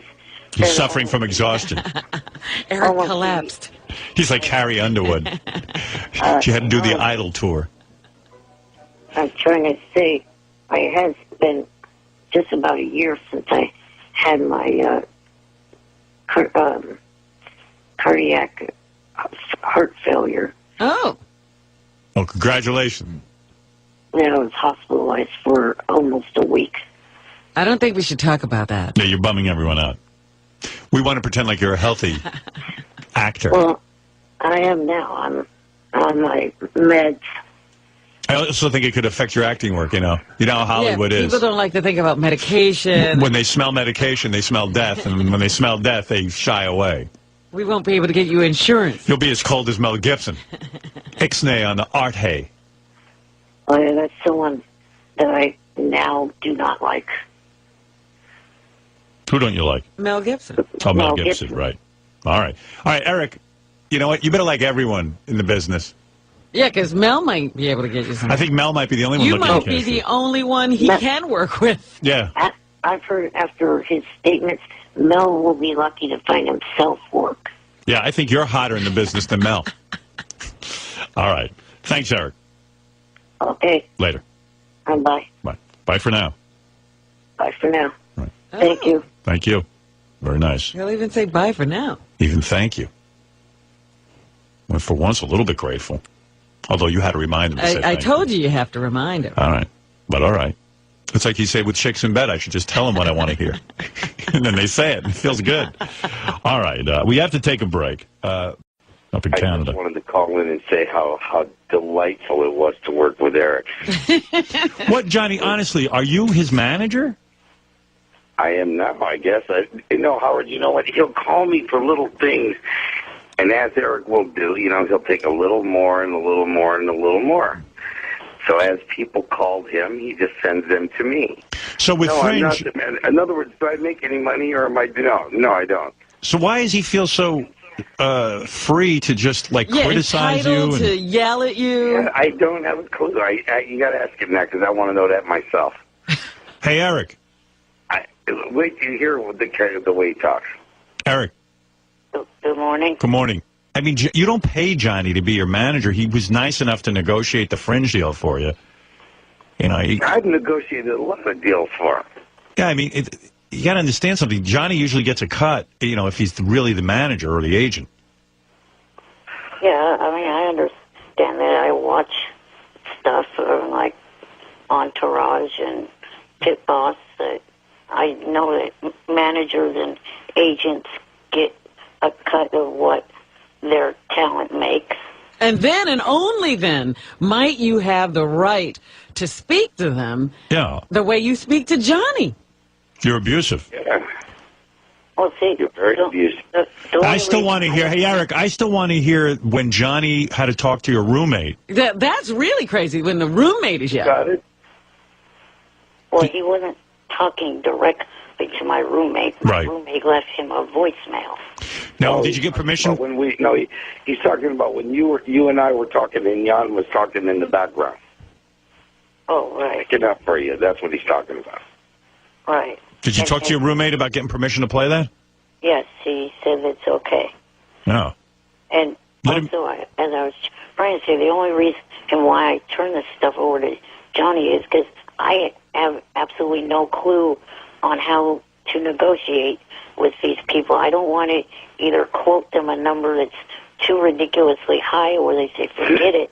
Well, that's what I'm saying. If Johnny's doing that for you and negotiating this business stuff, and he's doing it for free because he likes you, I mean, be nice. Be nice to him. He's turning very diva. It's a very diva situation here. He might be Eric the diva after this. I mean, Johnny is sitting and describing to Eric, listen, you got a big shot here. They're putting you on Fringe. This is what you've been waiting for. You can't blow... And Howard, the week before, he was putting out things on Facebook and everything saying, I need a new manager, my manager, and all that. Honest to God. And how long was it didn't I talk to you? I hadn't talked to him for about 3 weeks. Really? Yeah, and then when I think I'm out, they pull me back, Rob. So, Johnny... Eric, I mean, you understand what I'm saying? I mean, you're calling Johnny and Johnny's doing it for free. He doesn't need the aggravation. I realize what you're saying. Yeah. I mean, if Johnny's you get what you pay for. You know what I mean? You know what I mean? I've done an amazing job for free, I got to tell you. I bet you have. Amazing job. I bet you have, and for free, no less. But he's got 3 other jobs he's getting ready to do right now, and they're pretty big companies. I want to hear the roommate's call, but I want to hear the roommate give me permission as opposed to Eric. So I'll hold Tell off. the roommate to give him permission, will you, Derek? He's busy getting us ready to go, so he's... Let me just hear him say that it's okay. Just yell across the room. All he's got to do is yell across the room, okay. Okay, Johnny, let me get his attention. All right. Jan. Yeah. They need you just say yes. Yes. What is he saying yes to? To playing the message. Well, tell him that. Yes. Tell him to say yes to playing the message. Yes to play the message. All right, good. All right, thank you, Young. There you go. Yeah, I just said, listen, I don't want a guy to... No, not to have the right to say yay or nay. Yeah, I want him to have his say. All right, let me take a listen to this here. It's Gary page 1 in white in the far right column. Thank you. All right, let's take a listen to this. Yeah. Here's the nightmare that is Johnny Fratto's life now that he's involved with Eric the Midget. This is about Eric getting a job with... Will you stop with the midget shit? All right, Eric the actor. I don't care who the you are, who your family was. I don't give a how much money you have. Keep my name out of your mouth. Do you understand me? It has nothing to do with me being jealous about Eric getting it done. What do I have to be jealous about, bitch? It has to deal with you coming up with stupid-ass last-minute travel plans and up everything always. Always when it comes to you, it's last minute. And I'm not going to give some website my social security number and saying that they'll order my birth certificate and it's all done over the website. That we're not that stupid. I called the passport department myself a bunch of times. I can make an appointment right now for Monday and have it done for $195 plus the photo, wherever we get the photo done at. And does that sound like somebody that's jealous is trying to stop somebody? No. I am his only friend, not a friend, Howard Stern-related friend, or anything like that. I'm the one that takes care of his ass, looks out for him, and you want to do something where we only have a couple days to do it, and who knows if it'll even have really the oxygen there. And if he don't, he can't sleep. If we can't get the oxygen on the plane, do you care if he dies? Obviously not, because you don't really care. That's why you always piss him off. So, get a grip. It's not that I'm jealous. I understand more than you, obviously. You know how long it takes something. And have more common sense about internet sites and say they can rush stuff you. Oh, well, boy. I got to tell you something. I would never mess with this guy, Jan. Woo. Hey, is he a big guy, Eric? Is he a tough guy? He's a little bit under 6 feet, but I wouldn't for this guy. I mean, Johnny, you know, Johnny's dad was the head of the mafia, and I know Johnny. Everyone says Johnny's not in the mafia and stuff. I'm not exactly 100% sure Johnny ain't in the mafia. I'm not going to check. Yeah, I'm sure he still has some pen pals. I'll tell you what, I wouldn't pick up the phone and call Johnny like that unless I was a real tough. Jan's the man. Jan's very, very convicted to his teams. Yeah, huh? I mean, of course, I don't know how well that Teamster is going to do driving them up there. I think the Teamster is driving them to Vancouver's near his Rocco. The guy driving them up there. I think he might be my cousin or something. So Jan is very intense about taking care of Eric, and he wanted to make it clear he wasn't jealous and all that stuff. I guess some things were said. But Johnny, what's keeping you involved in all this? I mean, getting the calls from Jan, getting the calls. I must be out of my mind. I mean, what's in it for you? I mean, I don't. Howard, play another tape. Have JD give you another tape of the negotiation when the fighting starts during the negotiation. And I think Johnny is like a battered woman at this point. He doesn't know how to get out. I mean, I can understand if Johnny's living depended on this, but I'm not sure what he's doing. And I'll tell you what, Johnny, Jan's the man. I mean, he's not backing from you. In your place. It stood right up, didn't he? I like it. Yeah, he told you to fall. I don't care who your father was or who you are. He's right. That's right. That's a real man. He's an absolute tough guy. Stick with that guy, Eric. It seems like he really is on your team. Yeah. Oh, he's on his team, no question. I mean, there's no question about that. But you got to play the tapes of the negotiation, Howard. Do we have that, guys? Yeah, they got it. Hold it. Let's see. Play a little negotiation. All right. You'll love that. GP2. Where is that? There's 2 clips from yesterday. It's GP2 in light blue. Oh, we played them already? You didn't play the one where they think it's a conspiracy theory. Okay, let me hear that. Let's see. Is it good? I mean, it's okay. They sent over like 15 hours of negotiation. Okay, let me hear this. Is this not going to happen? Just tell me, because I need to know. You're killing me, man. You're killing me. And I know you're going to blame this on me. I know you are. No, I'm not. All right, what do you want me to say to the lady? Would you like me to call the lady and find out if they can rewrite something for you? If you could, yeah. At a different date? Would that be? Can you give me the date that Of course, we have to know when they're filming. John feels that there's a reason why there's a different thing, that he feels that this was all created just solely so I would back out and be another, thing on me where I backed out again. But you have no reason to back out, so why would you feel that way? I mean, there is enough time. Today's what date? Today's the 20th. We have 9 days. That's plenty of time. I don't even really, as I was trying to say to you a few minutes ago, I don't really even like this show. Oh, don't say you don't like the show. Wow. Holy cow. Why are you doing all this, Johnny? Howard, I don't know. I just seem to be doing it, and all of a sudden I'm in it. I mean, you're like maybe you're the sick one because I am the sick one. Yeah. No, there's no question. It's like you're a masochist. No, Howard, this is the hardest thing I've ever done in my whole life, and but Johnny, you run several businesses. Yes. I mean, you're a successful businessman. Yeah. You don't even have time for this nonsense. I mean, never. I don't. I don't at all. And this is taking up most of your day. Yeah. That took a whole day. Yeah, I mean, in fact, it took 2 whole days. And you're trying to just the woman from casting over there, Sarah Isaacson, that lady's a saint. She's a fucking saint. Wow. You would think you were hiring like Cameron Diaz. Yeah, you'd think that something great was going to come out of this, not a 4-line part. You know what, Howard? I started it, and I thought I got to finish it because the lady was so nice. Right. And she came back to me and said, Eric is getting very diva on me. And so she said, will you help me? And I said, sure, I'll get back in there. Wow. But it was not easy. You got to have JD play the one with me and Jan yelling across Eric, though. That was the good one. I don't know where that is. He doesn't know, Eric. I mean, I don't think JD has found that. Yeah. I don't know. I guess JD didn't pull that one. All right, boys. Well, Eric, when are you shooting? Thursday and Friday. Well, good luck, and I hope you make it there. I mean, Johnny put a lot of work in on this for free. And there's Howard, I told you, there's a Teamster named Rocco driving him up there. I got to tell you something, Johnny.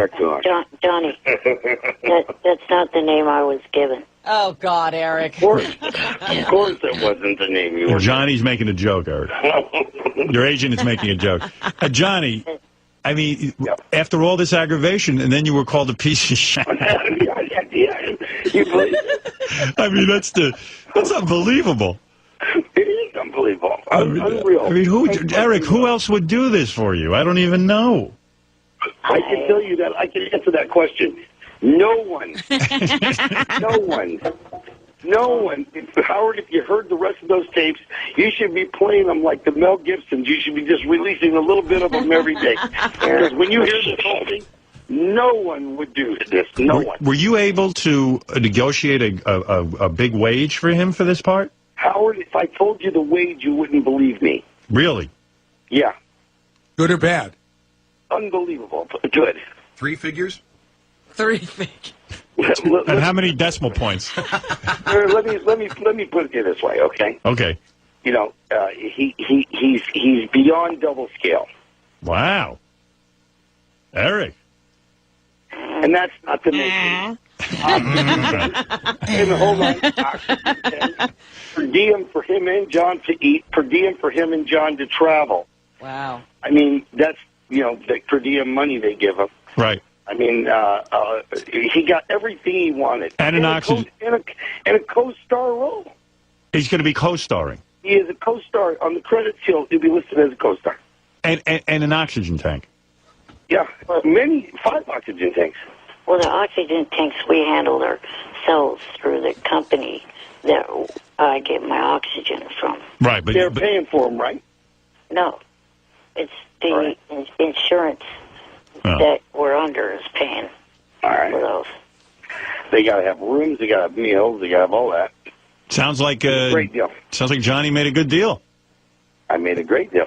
Hey, can I ask these guys about one thing? Yeah. What's going on? I heard through the grapevine that Eric was mad at Johnny because he thought that Johnny was taking secret meetings with Robert Mills and the guy. Right, and trying to cut his own deal. Right. Robert Mills is the guy I set up Eric with, who is an ABC hold executive. on. Here, I like that this came up because now we'll finish this.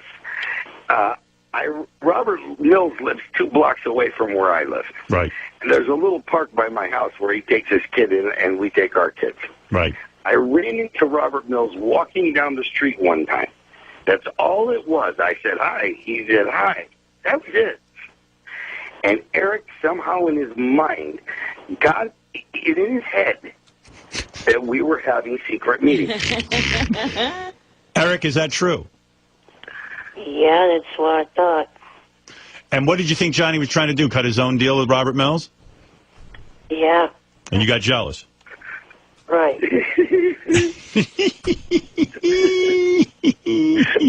Let's say that's true. That went on for 3 weeks. Eric, let's say that's true. You got your meeting with Robert Mills. You had your meeting. Right. And whatever pans out, whatever Robert has in mind for you. But Johnny, let's say all of a sudden, Eric, let's say Johnny and Robert Mills get together and have their own thing. I mean, it doesn't cut you out. No, Eric said anything I would do with Robert Mills, which I have done nothing with Robert Mills, he is entitled to half. Oh, my goodness. Even if we're in Hollywood, you're not entitled to half. You're entitled to a finder's fee, or maybe 10%. Eric. He won't negotiate down. Well, what are you paying Howard? Yeah, Eric, I found Robert Mills for you. Right.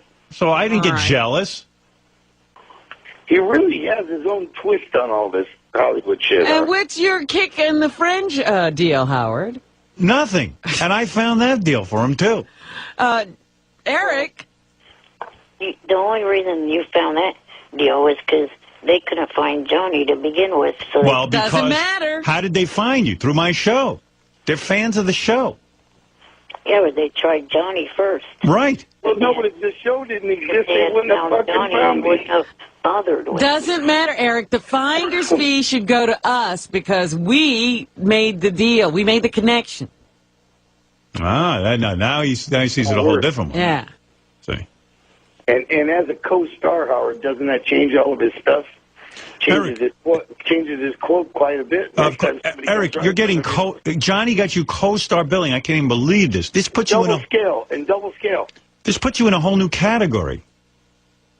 Right. It does, definitely. Who else is a co-star, Howard, that we could say is a co-star?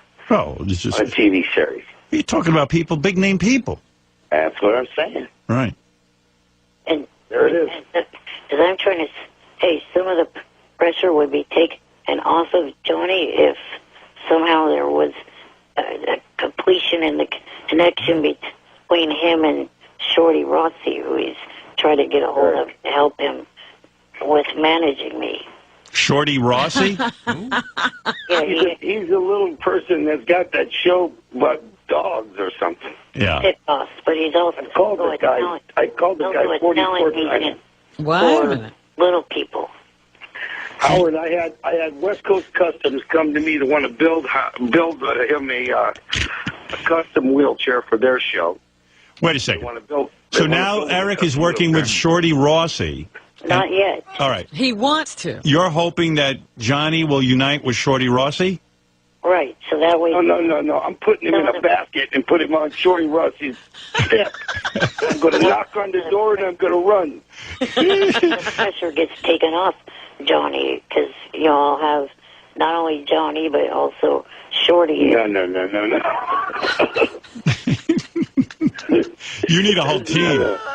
Shorty can handle this by himself. He does not need me. Yeah, right. In fact, I'll tell you this, Eric. Johnny's willing to actually let Shorty manage you full time and step away. Yes. You're willing to step away, right, Johnny? Oh, God, yeah. I am willing to just run. I told you, I'm going to put him in a basket and put It's him very generous. I mean, most people would hang in there and want a But piece. no, he doesn't want any part of you. Isn't that nice, Eric? I guess so. Yeah.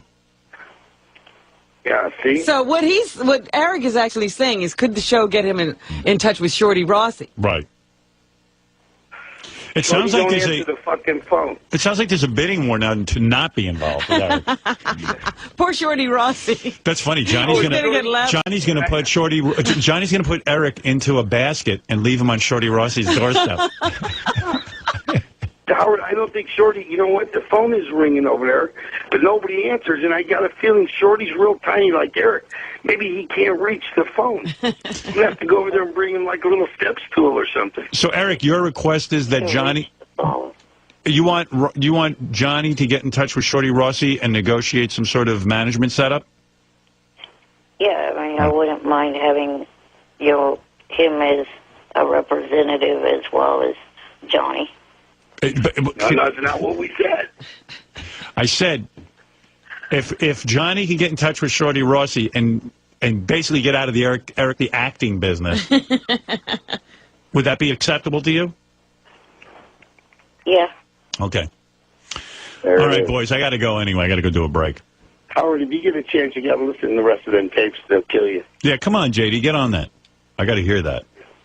They'll kill you. I can listen to that one rant by Jan again. Oh, Oh, my better God. one. There's a way better one that's where everybody's talking, where Eric is talking and I'm talking, and Jan is yelling in the background. It's priceless. It's because none of us are talking about the same thing. I don't even know how the topic came up that way. It was bizarre. How you didn't just hang up and be done with it, I don't know. I was so close, Howard, but you know what? It's like there's something wrong with me. Whenever I see that I can finish something, I want it to be finished, and then this got so hard, it was Rubik's Cube for me. I just had to finish it. I think even isn't Johnny Jr. included in that recording as well? He was, yeah, he helped, yeah. Johnny Jr. was involved as well. It took two. Oh, Johnny Jr. thinks I'm really nuts. I mean, my kids are about ready to commit me all over this one deal. All right, I'll get more tape if I can. Well, you got tons. You got a ton of it. You'll love it. All right, Johnny. Thanks, Eric. And good luck on your show, Eric, and let us know how it goes. The one thing they'll let me tell you is it's episode 2 of the new season that starts September the 23rd. Excellent. Okay. And call us from the set so we can know what's going on. All right, I'll give that a shot. All right, later. We want to know about your accommodations and everything. You want to make sure Johnny lived up to the hype. See how he did as a manager. All right, Johnny, thanks. All right, guys. All right, thanks, Eric. Bye. Bye. There they are, Eric and Johnny. I love that rant. I don't care who your father is. Boy, that kid's got balls. Woo-hoo. I wonder if we're Johnny. I don't care how much money you have. Because who knows what Johnny's has going on. You never know what Johnny's got. He looks like a mob guy. He looks like he's connected to somebody. You don't run around with the pinky rings and all that unless you're connected. Johnny says he has no connections to anybody, but And I believe him. no. But I'm going to be very nice. Like I wouldn't for the Gottis. I know like they're on the straight and narrow now and all that, but I ain't for them. I don't know which Gottis you're talking about. Right. Yeah, exactly. Just based on the name, I would. I wouldn't mess with Victoria Gotti. Oh, I wouldn't either. She'd be the last person. Yeah. You got that family. Right. I ain't fucking you know with it. how Carmela Soprano, she always seemed so nice. Until she doesn't get her way. And then when she wanted that recommendation from that doctor, Yeah. she applied the pressure. Right. All of a sudden. Suddenly she was a mobster. Yeah. Right. You never know when they turn. Yeah. You want to hear that again? Well, I got to take a break, so. It was so funny. No. That was pretty good. All right, we got to take a break. We'll be back right after these words. Yeah, Johnny described it as like, similar to the Mel Gibson tapes. Wow. It's just funny to hear. It's just so weird. Eric carries on like he's Tom Cruise. Uh-huh. And he's carrying on mostly that these dates that Fringe wanted him. He got a little acting role on Fringe. And he's, this is all this kid wants. He wants to go. He wants to go. Can you get me on? So he finally got some acting work. It was like 9 days away. And Eric's major problem seems to be that it's too close. In other words, how many months out does he need his schedule? And someone said to me he's just being a pussy anyway because he's insisting on driving to this set in Canada, but he could go on a plane. He says, I have the same condition as Eric, and I have oxygen tanks and stuff. And he goes, you just bring one on the... I'll read it to you. Hey, JD. I'll just say the main point of the argument is, or the disagreement is, Eric and Jan feel... Jan being Eric's traveling companion. They need a passport, okay, to get over there. And Johnny's saying, you know, the film company is letting... they're able to get it done faster to get you over there. But the way that they can do it, like...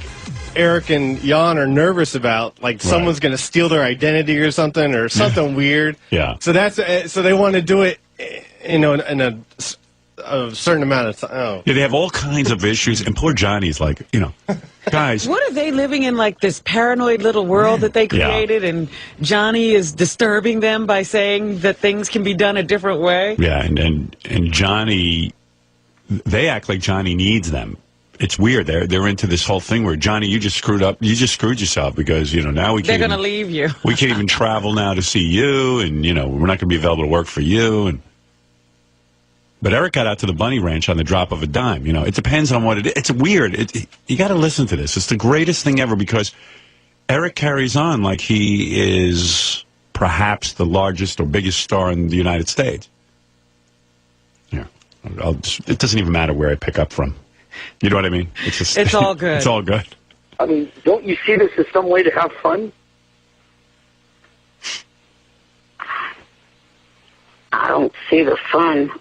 You know what, Eric? I'm done with it. Call your dad tonight. He has a passport already, so all he has to worry about yours. And go with your dad, because I don't want anything to deal with it if he has. What's he saying? He's just saying he doesn't want to be a part of this anymore. I have to get my dad to go with me now. And just let him know, nothing more in L.A. with him, because I'm not taking. Hey, you just screwed yourself of having me come down there anymore, because John... Can I ask you a question? How did I screw myself? Wait, hold on. You're acting for John. John, the way how did I screw? Tell John. I know a few people. Hold on. I know a few people that are more important than you and Jan. Okay?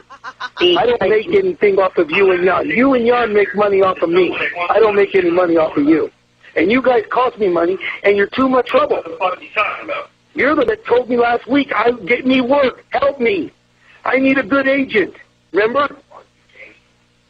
And tell him to shut the fuck up. He's a retard. You know what? Because he's you out of a good, nice future. You're not letting me explain. Go ahead. Because you keep accusing him of being the stoppage towards this whole thing. I'm not accusing him. I'm saying he's making it hard by putting it in your head that you can't get a passport. And he has been doing that. And he's manipulating you. Okay? Whether you believe it or whether you don't, it's true. He's manipulating you. You can get a passport within 24 hours. Having a passport is not the issue. The issue is, do you want to do Fringe or don't you want to do Fringe? Yes or no? That's it. That's all. That's the whole issue. At this point, no. Wow. Are you sure?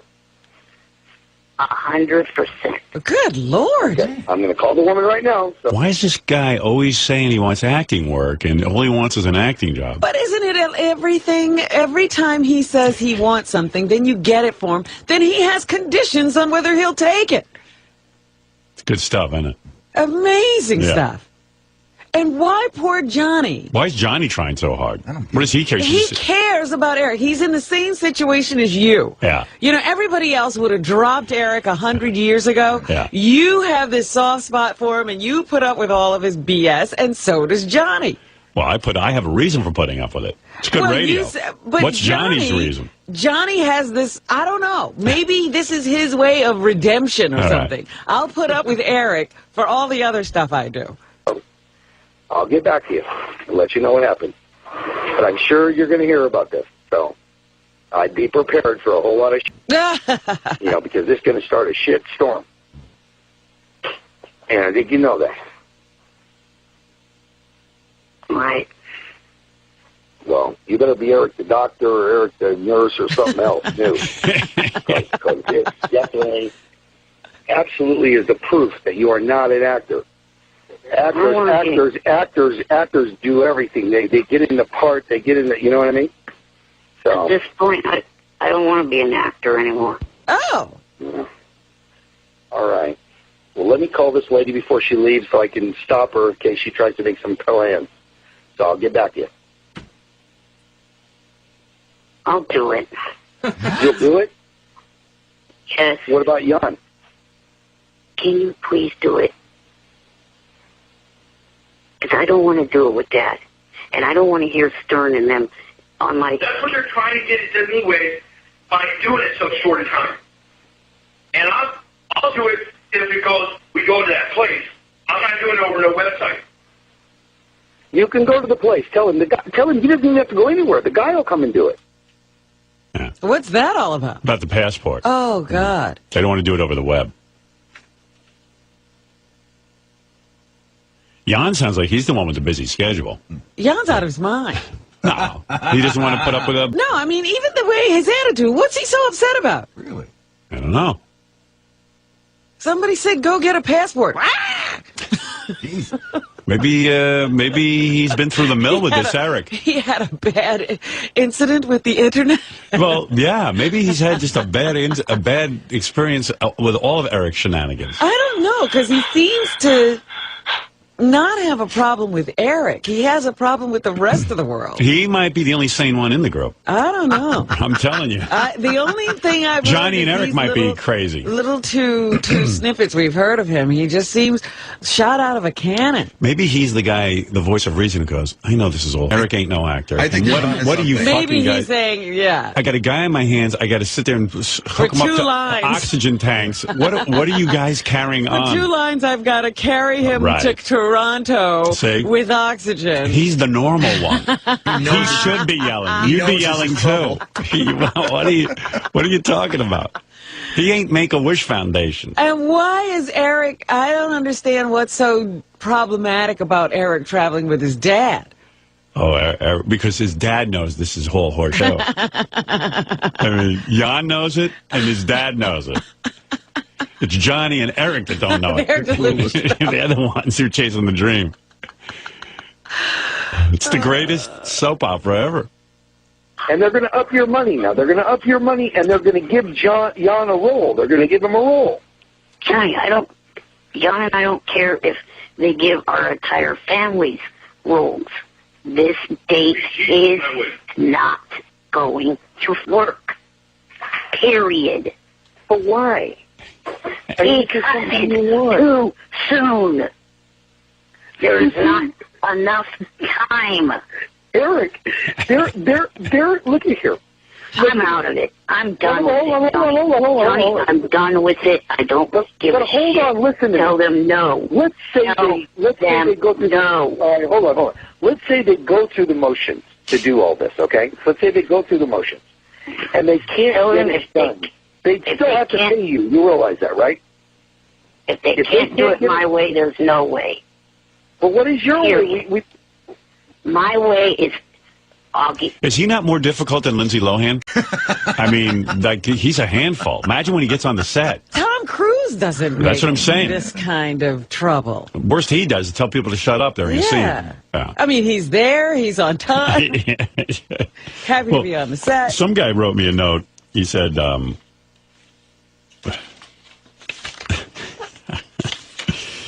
hey guys, that unlikable Eric can fly in a plane with oxygen. I'm a rep for a home care company and deal with people traveling with oxygen all the time. He can use a battery-powered portable oxygen concentrator. Guaranteed the oxygen company that painfully must deal with Eric has them bottom line. He's a scared little... This guy claims...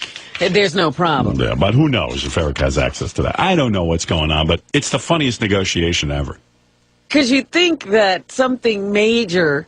was going down. Yeah, this was his TV show. Right. And he's saying he was not going to show up. This is a guy, you would swear this was a guy who's done 10 to 20 films. They've all been major hits. And now the film work has dried up a little bit. Now they're giving him his own TV series, and he's not sure he wants to go to television from film. That's what you would think was going on here.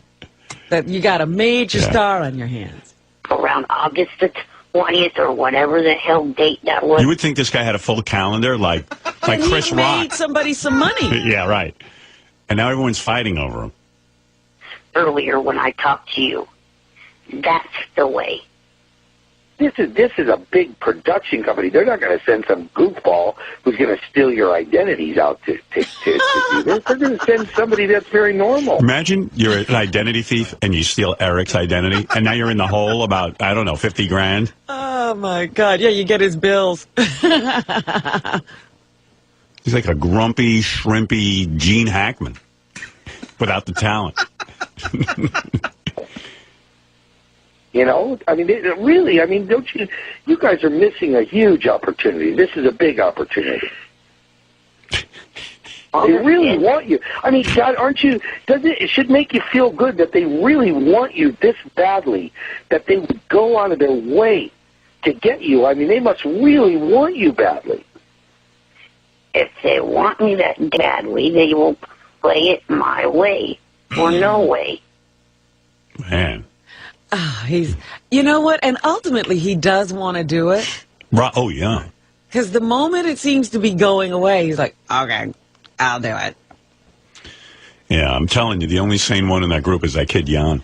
He knows it's all horse, and he's got to have to deal with Eric and moving him. Yeah, this is a big deal. Yeah, for 4 lines. He's the one who's going to do all the work. He's the guy who should be getting paid, not Eric. He's getting a role.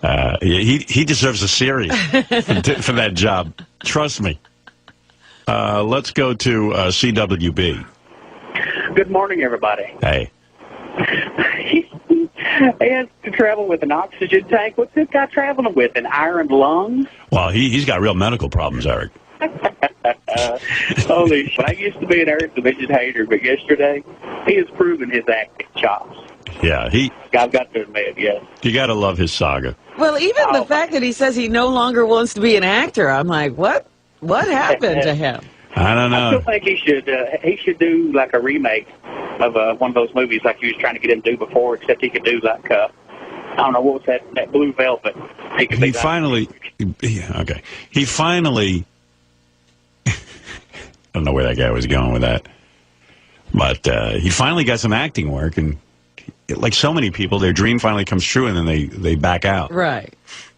Can I relate? I mean, my first radio job, I got the job, and I backed out. Yeah, the offer of a first radio job, I tried to turn it down. Yep. See, we can all relate to Eric. Oh, this is the greatest. Yeah, Steve, you're on the air. A couple of people want to comment on this. Yeah, this guy, I don't know much about him, but let's say he's been living with Eric. I think you knew him in high school. Think about how dark this kid's life is, having to He's the star. Every need, and how many times has Eric said thank you to him or done anything? Well, you're absolutely right. Oh, The guy who you really got to follow, the unsung hero. the guy who's freaking out in the back is Jan, because he actually has to really work. He ain't going to be acting. He's got to sit there and move Eric, who is a big pain in the ass. He's got tons of medical problems. He's got to go do all this and get the passports and do everything. Wait, Johnny makes a point. Right. When he says, don't you see this as fun? Most of the time you're sitting in that house. Yeah, well, yes. Even Jan is sitting in that house with Eric. Isn't this is like that day at the amusement park. Isn't this is a fun There's no, thing. not for Jan. Once I was in the hospital and I had this kid who was paralyzed from the neck down. Right. And Jan is right. I told the other people, no, I don't have to do the work. Right. I'm the Johnny Fratto. Right. Well, here's my in point. the situation. And I said, we're going to take Andy outside. Yeah. That meant packing up a ventilator. Right. That's what I'm telling you. Getting a hospital bed. It ain't fun for Jan. I mean, like I have kids. You decide to do something fun, like go to Disney. Yeah. You come back, you want to hang yourself. I mean, it ain't fun for Jan. For Eric, it'll be fun. Now I'm seeing Jan's point of view. I see this as Jan's the sane one, and funny. Johnny and Eric are insane. It's great. Jan can only hope that Fratto's connected his misery. Yeah, I'm with you. All right, Steve, thank you. That's why he's giving all that lip. Let's go to Dino. Dino wants a weigh in. Go ahead, Dino. Good morning, Howard. Morning. This midget is the most annoying midget I've ever heard in my life. He's bipolar, and no one should hire this guy.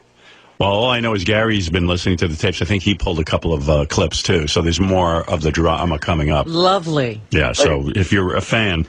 Poor Johnny, though I do feel for him hours and hours. Now, he's not only talking to them, he's talking to the people from Friends. Well, I'll tell you what, Eric's the insane one. Jan is completely sane and knows what work this is going to be.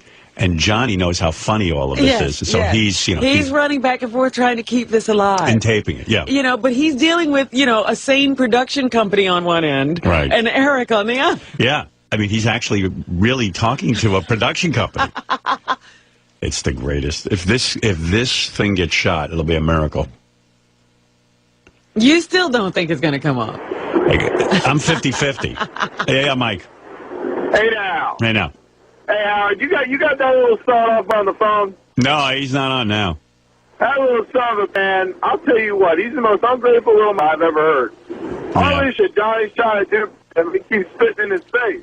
Yeah, well, the whole thing is just hysterical. You don't even know where. It's absurd from so many different angles. Yeah, yeah. That even somebody's offered Eric a role is ridiculous. Hey, Jeff the Drunk, you'd kill for a role on Fringe, right? Well, you changed my name to Jeff the Actor. What's the wrong with Eric? He's an asshole. I don't care. I love listening to him. I love it. I love the latest tapes between him and Johnny. If he was perfectly wonderful, he'd never be on this show. What? Said if he was perfectly wonderful, he wouldn't be on the show. Right. That's what makes him so entertaining. Eric, the loudmouth midget. Yeah. Ro, hi. You're on in Philly. Yo, I don't give a fuck what anyone says. Eric the Midget is the greatest, man. Of course. And he always stays true to who he is. You know what I'm saying? Right. He's the real deal. In fact, I love it when he tries to be nice because that's not him. Right. Not only that, how he touched on one other real point. Jan is the real story behind this whole thing. Right. There's a soap opera here we're following. On the set, he's freaking out. Right. Hey, Johnny. What do you hear, John? Oh, boy, Howard, it's not good. Well, he got up there. He was really good. He wasn't complaining about the car ride or anything, so all that came out all right. Then he got there, and they added 11 lines. Oh, no. What he already had. Oh, yeah. And then... Did he freak out over that? I don't want to give up. He's not over that at all. He's really pissed at that. Then... But wait a second. Does he understand... If you're an actor, you're happy to get more lines. Actors... Did you tell him? Yeah, that's what I tried to tell him. Actors fight for more lines. They want to be on camera. Then they have the use of some prosthetic stuff they're going to do that I can't say. But sounds like a lot of fun. And, of course, that's going to take a little time to put him in it. So is he freaking out about that? He's very pissed off about that. Oh, he's no kind of actor at all. I don't think acting is... Network people will be torturing him over that. And Howard, he was flipping. And then I had to go to a meeting at a guy named Jimmy Essebag's house in Bel Air. I've been waiting for this meeting for 2 months. Right. And my phone is ringing and ringing and ringing. It rang like 21 times. Right. Finally, I picked it up. I said, Eric, I'll call you back in like 5 minutes. 2 minutes later, Matt Randazzo called me, my writer, Eric's been told, don't bug this guy. Called him and he said, you better call him. He's really gone crazy. Oh. So I go in this guy's backyard. I call him. He finds out that Langford is there. Right. So what? And he is going. I told him. I said, roll with it. Yeah, that's why he's got the part. He's upset that it's being covered by the Howard 100 people? No, he's saying he's upset because it's Langford. Oh. If it was Shuley, he would be all right with it. But come on. He better concentrate Here on... he is being his usual diva self. He's so difficult. He's so difficult. My God. Well, Johnny, you're a saint. He's the worst. I mean, this kid's no actor because actors go crazy to get more lines. They go, thank you, sir. I'm now more... if you listen to those tapes I said to him, Eric, there's girls out here that are blowing everybody to get a part. Right. Just to get that 2 minutes on the screen. Right, to do a walk-on. Very lucky. Yeah. Well, very lucky. You're making too much sense. All right, Johnny. Thank you. I feel for the people of Fringe. Right, thank you. Oh, my God, you know what? These people, I don't know how these people are going to die. I'm with you, Howard. I don't think they're going to get it done. No, I think Fringe is going to be off the air because of Eric. Yeah, like they'll have wasted all this money getting him there, and they still won't have the shot. All right, here's a bet. What are the odds Fringe gets taped with Eric? I'll take that. 0.0. Wow. Yeah, all right. Thanks, Johnny. Okay, no problem. Johnny Fratto, who's on top of the whole Eric the Midget. He's the unfortunate man who manages Eric. Eric's being the usual pain in the ass. I don't know, but I'm probably going to take him off the red carpet job. Well, that didn't last long, did it? Wait till you see the letter he sent. Just as a preview to that conversation. Yeah. Hey, Eric, I'm going to deal with you later, but he sent me a letter, and among the things he's now saying, that he won't ask the questions we write for the And red that was carpet. the whole deal. Yeah. So it's like, it's over. So he was lying all along. He lies about everything. When he said that he would do it. Hey, you didn't let me know what the event I told you it was a high-level event. Yeah. You're not going, Eric. You're a pain in my ass. There's 2 high-level events coming up. I didn't know if it was the VMAs or the Emmys. Well, what difference does it make? You don't get to pick and choose. Eric, this isn't an assignment for you. You don't follow orders. It's never going to happen. I'm not going to ask a bunch of stupid ass. All right. No, you're going to ask boring questions. He goes, Johnny, he writes me a letter. Wait, I got to read you this letter. Whitney will wait 2 seconds. I got to read you this letter. This kid is out of his friggin' mind. He says to me, Howard, please. Dumbass midget. He says, please make me your red carpet guy, and I'll ask. Beg for this. Begging. And so we were on the air, and I said, okay, Eric, I found an event. You're going to meet some really great stars. We've been invited to be on the red carpet. I'm going to let you be the guy who asks the questions. Can you handle it? Oh, yes, I can handle it. And we said, any question we write, you'll ask. Oh, yes, I can do any question. Don't worry, I'm a pro. And I said, and you know what was funny? Gary says to me, don't get started with him. You know it's not going to work out. I said, you know what? Of course it's not going to work out. I said, but let's see how long it takes Eric to self-destruct. It took a day. Didn't take any time. All right, here's a note he wrote to Johnny Fratto. Johnny, there is no way, period, at all that I will allow any Howard TV wanted to come to his home and follow him on his trip to do the these whole things. thing. All right, I understood that. I would have said the same thing. I don't want people in my home with a camera, so I was like, Eric was being reasonable. No way I want cameras in my house. Okay, that's fair enough. I'm not going to argue with Eric on that. But then he goes... What's going on in there, though? Then he goes, yeah, exactly. Who knows what's going on in there? It's not my home. It's my parents. They don't want the camera. All right, fair enough. I agree with you. That's your right. That had nothing to do with what I asked you. I was answering Robin's question. Right. Howard, you understand that no one asked to shoot at his home. Doug's note said that they wanted to start on the journey, start from the car. Well, this is what I'm getting to. My parents own the car. Yeah, but nobody asked. Oh, stop it. Nobody asked to be in your house. And you're already yelling and demanding things. You're a lunatic. No, I'm not. And I do feel bad for you that you're handicapped, multiple handicaps. But you know what? But the bottom line is, whatever's locked inside your head is crazy. You can have any psychiatrist test me. I will come out 100% sane. I can't imagine. But anyway, so here goes. I also do not want them in the car with John. With who? I guess that's his assistant, It's Jan. It's pronounced Jan. Jan. Jon. Jan. And by the way, tell Jan it's John in this country. Jon is John. It's Danish. Well, whatever. This is America, pal. Jan is Y-O-N. Right. Here in America. You want to be Jan, it's Jan. Ask Jon Stewart. I also do not want them in the car with John. And when we drive to L.A., if they want HD video of the trip down there, I have my Amazon.com list, a HD Sony video with case, tripod, and microphones. He wants us to go buy so him. now he's holding him up to buy him a camera. Yeah. So the whole thing. Shakedown for video equipment. Shakedown for video equipment. So he's going to take the want video equipment after he does 1 or 2 interviews. He can't can't use it for his own purpose. And because it's his parents' car, he can't have cameras in the car. Yeah, he can have his own camera. Yeah. All right. Then he starts in with what he needs, his special, he wants his accommodation, as long as they give us a room with 2 good beds, that works. It doesn't need to be a 4 or 5-star hotel. Last thing about the hotel, they want to pay for 2 nights, Saturday and Sunday. I was hoping one more night so I can go see Jimmy Kimmel and Lopez tonight.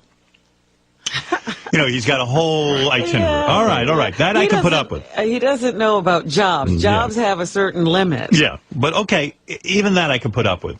if the guy was compliant and he says, hey, I'll have the cameras. He's really going to do the job. Yeah, I would give him an extra day in the hotel. None of this I have a problem with. That's fair enough. But then he starts in with his... Before I end, I want to address the question issue. Look, I'd like to be a team player, but the problem is, this red carpet event, I do not want to ask super stupid-ass crazy questions to TV celebrities that if I get any more TV work, I might have to be working with. So here is what I want to do. Ask questions that you, myself, and maybe Johnny Jr. write that are racy and funny, not boring run-of-the-mill questions. Oh, Johnny, Frodo, and Johnny Jr. are going to write the questions. That's it. Eric, we're done. No red carpet event for you. I'll get someone else to do it. I already have 20,000 people lined up waiting to do this who all want to be on that red carpet. Okay? We're done. No trip to L.A. So that way you'll be safe. If you get to work with any of these people, you won't have asked them stupid questions. Yeah, in case you get future acting gigs, you'll be safe. Don't worry. No one will be upset with you.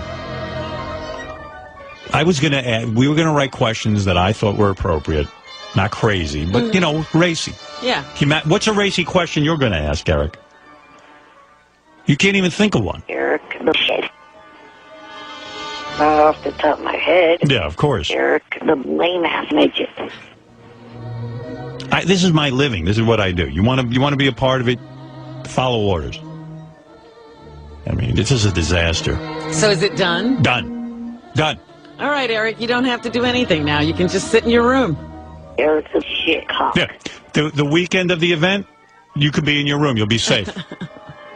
Your parents won't be bugged. See Lopez or Jimmy Kimmel either. None of my cameras will be there. Jimmy Kimmel, Jimmy Lopez, everyone will be, away.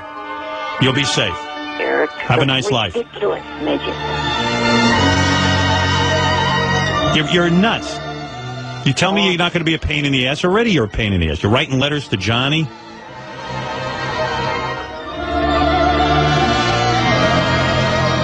Johnny, what's with this kid?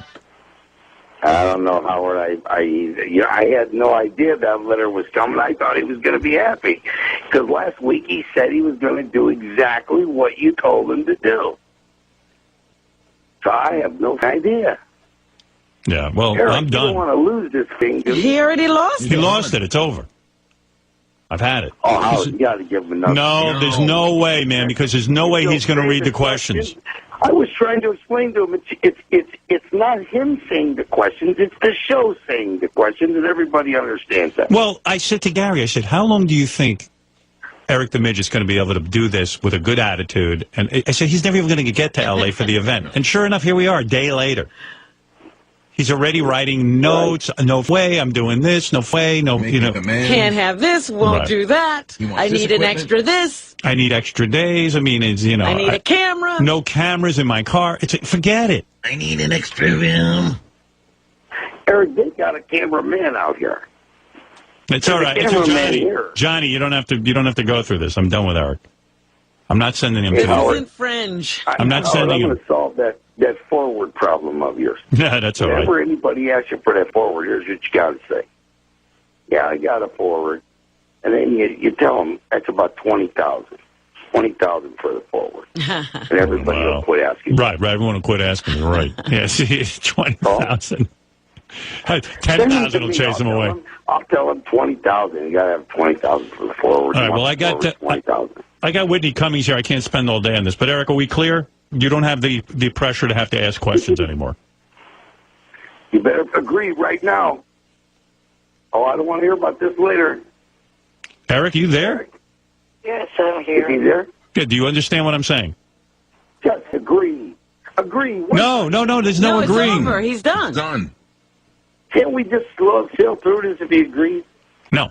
He's not going to do it. Because he'll always back out at the very end when we have completely committed and everybody's on board. This is a great he'll event. Back out again. There's going to be great stars there. I can't trust this to do the right thing. We need a pro. I got to get one of my pros in there. You said the other night. They even gave you a test question and you did it. But he didn't know then who he'd have to ask it of, Johnny. Yeah, I told him it was a top event. So what's the difference? Johnny, I got to go. Thanks, Johnny. You can talk to him off the air, but talk to him off the air. It's over. Tell John Hines the best hamburger in L.A. is the Apple Pan. All right, I'll let him know. Eric, were you clear with me now? You don't have to do it. All right, I wish I could. Yeah, I know. Well, it's not going to work out. You're not my kind of guy. You're not a team player. So what you're saying is what your wife and other people do for Extra and Access Hollywood. That's boring. Yeah. Well, they already have those shows. I respect what Access Hollywood and Extra does for their show. That's the kind of show they do. People ain't listening to me for that. If you want to go get a job with Access Hollywood and Extra, you should contact them. Yeah. This is the Howard Stern show. I don't need to put on kinds of questions that Access Hollywood does. They do a fine job with it. And yeah, what my wife does for them is she'll tell you it's a bland kind of very safe interview. Well, one thing's for sure, the fact that I'm neither a female or gay, I don't give a shit what the hell the females and guys are wearing to the event. So I'm not going to be asking any of that. Yeah, all right. Eric, you're not going to ask anybody anything. Yeah, all of a sudden it's the Eric show. I mean, you're not You were getting going it. for the Howard Stern show. Yeah, Wayne, go ahead real quick, and I got to get to Whitney Cummings. Go ahead. Howard, why don't you put up with this ignorant-ass midget all the time? I'm not. I gave him a shot. He lied to me. He lied to me, and he said that he was going to ask the questions that we wrote, and he lied. I knew he was lying. I was ferreting him out. Yes, Bill. Hey, this guy is such a thing, great, Howard. What happened to the real doll that you were making? Please. Please. All right, Eric. Yeah, listen. Just don't waste my time and write me angry letters. I wish you would reconsider this. No. What? We can't. You won't answer the question or ask the questions we want. That was the deal. Hey, Yucko. Hey, why don't you throw me on the red carpet? You know I got balls of steel more than this little midget mutant. You know, you would be good out on the red Yeah, but carpet. who's going to approach a clown in a dirty outfit? They're going to steer clear. They walk up to Lisa G with all that L'Oreal cheap makeup.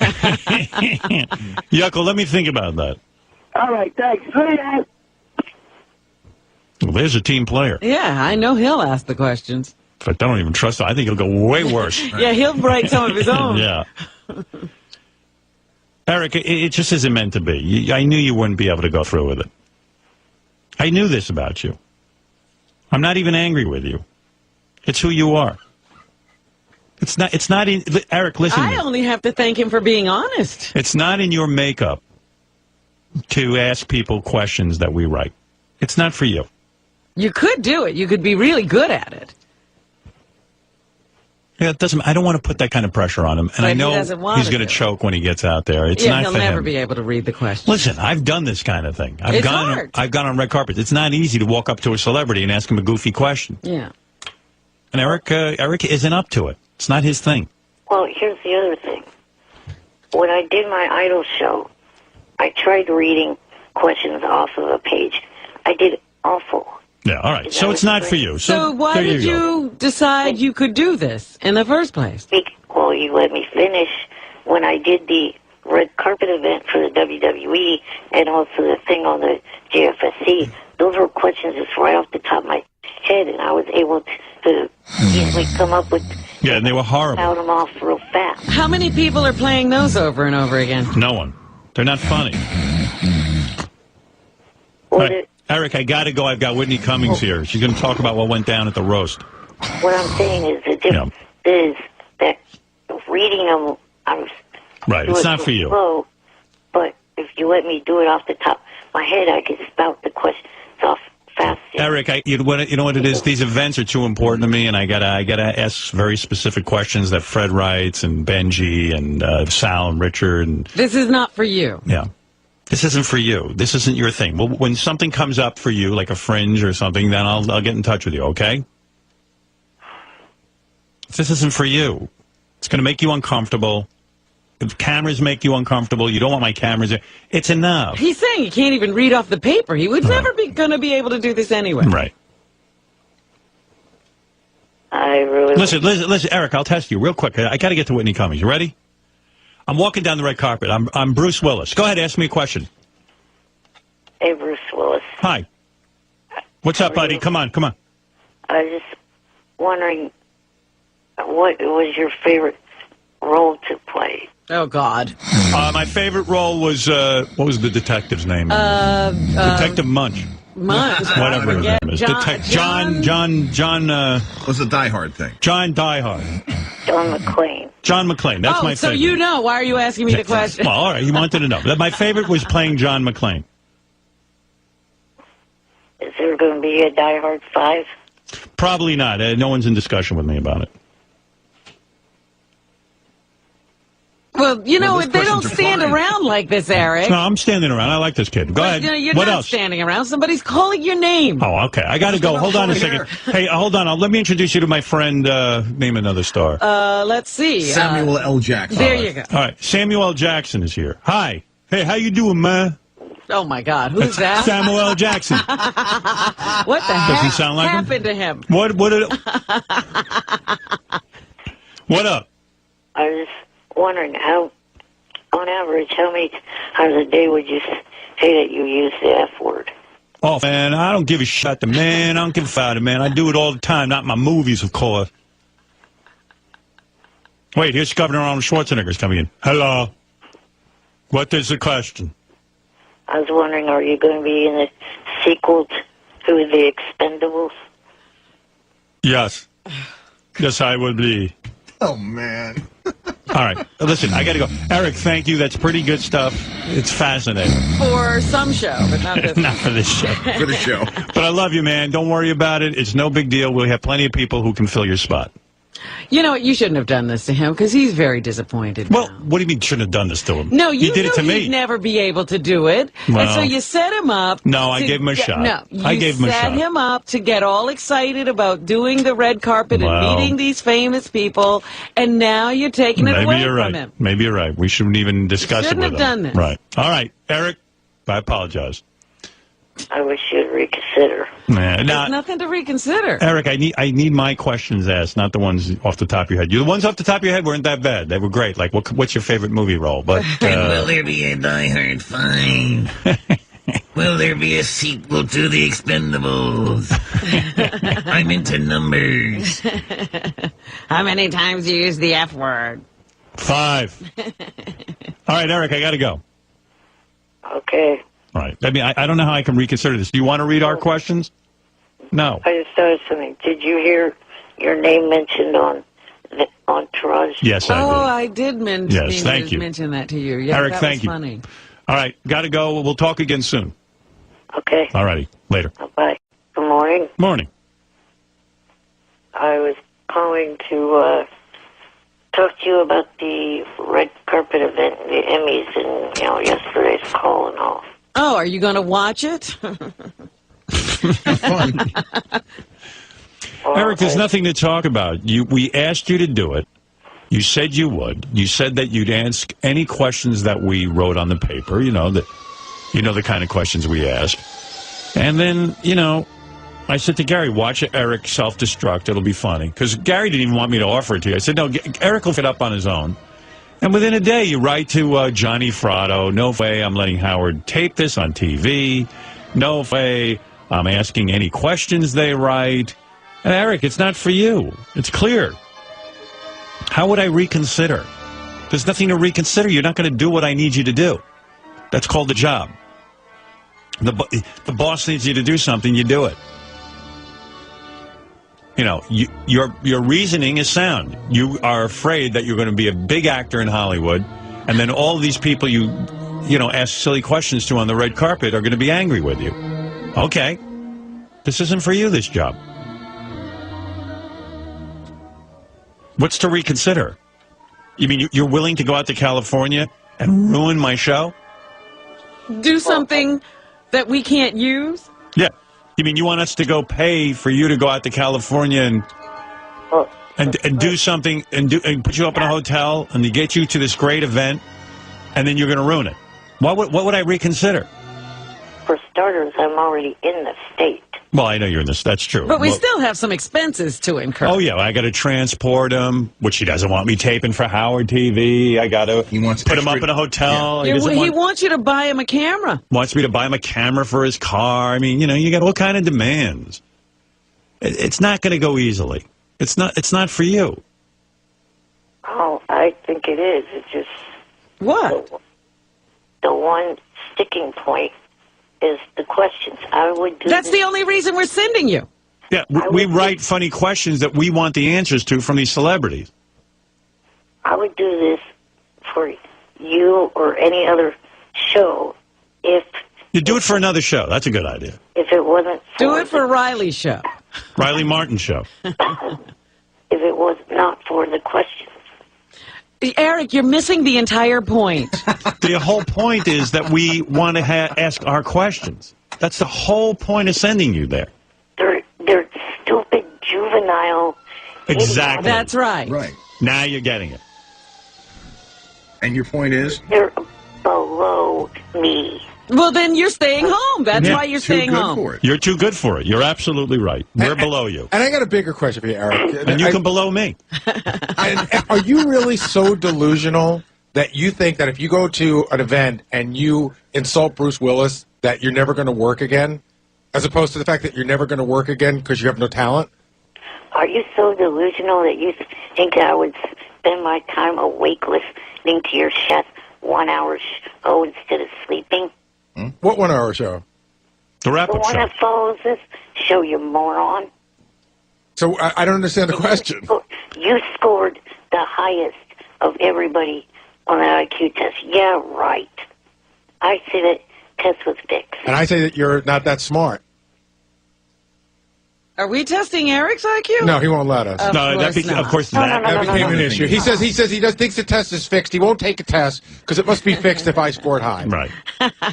Retract that, jackass. Will you take it?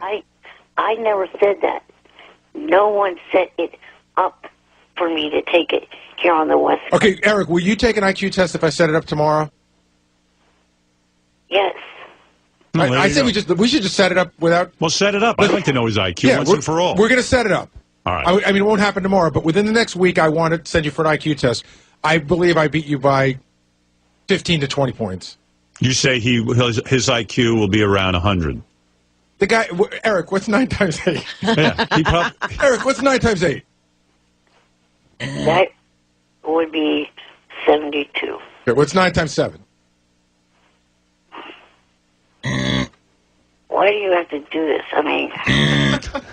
Because the IQ test is going to be like this. Hey, by the way, Eric, in the future, I've asked you 9 times 7 your last 4 calls in a row. You haven't known it yet the first time. The IQ test you get to take on a complete night of sleep. I have only had about an hour and a half before making this call. Eric, you could keep me up for 5 days. I know 9 times 7. Right. Do we always catch you when you haven't had sleep? Yes. Oh, okay. You think if you slept, you'd know 9 times 7? Later in the morning, he will know. That's really weird that you need sleep to know 9 times 7. And he's not smart enough to know he should go to sleep. I'm going to put him at about a 105. I can tell you something. If 9 times 7, if I couldn't get that because I didn't sleep, I'd sleep every night. I would never miss a night's sleep. And what are you so busy that you can't sleep? Waiting for us to come on? No, I stay up till the news is over, and then I go to sleep. But, I was talking to Johnny for a while. So how many hours of sleep? I mean, how long did you talk to Johnny? For maybe an hour. All right. Jeez. So, poor Johnny. Yeah, Johnny's got Eric and small kids. He's got for somebody who doesn't work, he's got the busiest schedule. Right. He was calling me, so. Right. So what time did you get to bed? About midnight? The news is on at 11. Sometime after midnight. Yeah. And so that should have given you at least 6 hours of sleep. Not really. He's on the West Coast. Oh, right. That's right. So you had at least 3 hours. You should know 9 times 7 after 3 hours. After 3 hours, you should know 9 times 7. Yeah, I don't know how he's going to. Gary might be right. Gary might beat you by at least 20 points. What? 63. Okay. We don't even remember the question now. You're screaming out 63. Well, it took him a while to find his calculator. Right. No, I don't have one in my hand. So it's on the desk. What times table could you do right now on limited sleep? I don't know. Mm-hmm. Well, you better get a lot of sleep before that IQ test. He says he'll get a full night's sleep. All right. But I don't see how he could be that bright since he doesn't understand that those questions are the only reason to send him to the red carpet. Well, I know. He goes, the only sticking point is I don't want to ask your question. It's the only point of sending him. Hey, Johnny, why are you on the phone with Eric for an hour? Oh, Howard, you have no idea what the f is going on here. I'm sending it to you guys right now. Eric, one of the things that you don't know, Howard, is that Keith, we got him a deal with Visa.com. Right. And to support, they want him to be the Visa ambassador. Wow. And I'm very, very concerned because there's something in here that Eric signed, but I don't know if he realized he signed it. And that is to do this Visa thing, and I'm sending the agreement over to Will right now, and Gary, he has to be dressed like a bee. Right. What's the hang-up? Well, I want to make sure there is no hang-up because he already signed it. So you don't think Eric knows that? You're telling me Eric got a contract with Visa.com and a paying gig, and all he's got to do is dress up like a bee? Yes. Do you know that, Eric? No. Were you on Ambien when you made that deal? No. This was done in the daytime, and Eric, you got the contract. I can show you that what they have right now, you have. And it does say that you got to dress like the bee. Well, how many times a day does he have to be? Does he have to be 24 hours a day? No, it's a lot of big events. He gets to go to an Oakland game and all kinds of shit. They got him all kinds of stuff. Dressed as a bee. Dressed as a bee. Yeah. You really think that I was dressed like a bee? Well, there's one more thing. You're dressing like a rat Gary got it right now. Wait a minute. There's one more catch. Jan, his roommate Jan, has to. And by the way, Howard, Jan. Wait, Johnny, did he sign this already? He signed it. It's done. So, Eric, Eric, you got it. And Johnny, did you negotiate the deal? I negotiated. It's a wonderful deal. Gary and Will will have it right now. Did you tell Eric ahead of time that he had to be dressed as a bee? It's in the contract. Yeah, but I'm saying, did you explain it to him?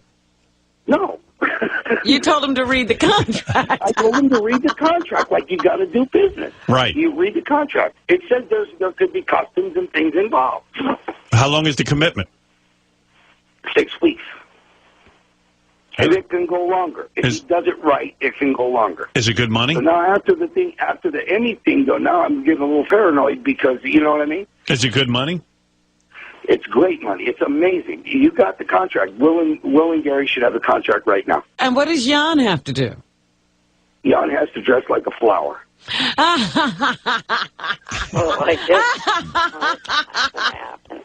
What?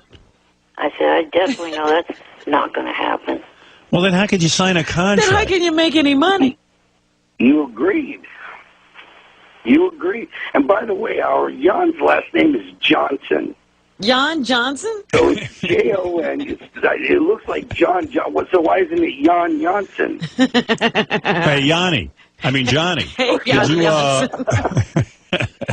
So did John sign the contract? Jan? No. So you can't compel him. You can't compel him to dress as a flower, but Eric's got to dress like a bee. They want both. And they got the costuming and they got everything ready. And if you look at the contract, look at what they gave him. Wow. Oh, hey, Eric, are you going to do it? Hell no. There's no way I'm dressed like a bee or Jan's dressed like a flower. You could at least dress like a bee, Eric. It's no big. It's Beezid. It's a mascot. It's wonderful. I don't care what animal the company is. His big fucking. What is the big deal about being dressed as a bee? Isn't everything he wears doesn't look like a costume? Yeah, I mean, if I was Eric, what's the big deal about being dressed as a bee? For bees. I'm not. Yeah. Why don't you go do the red carpet thing dressed like a bee and no one will recognize you on the red carpet when you're No, but I mean, it's an acting gig, basically. That's exactly right. I mean, there are famous actors who played the fruit and Fruit of the Loom commercials. Right. Right. That's right. At least you don't have to be a fruit. Like, what famous actor would that be? Oh. George Clooney. Right. The apple. Jennifer Aniston. I think she was the grapes. Who knows? It could lead to more acting work. Maybe next time you'll be a bedbug.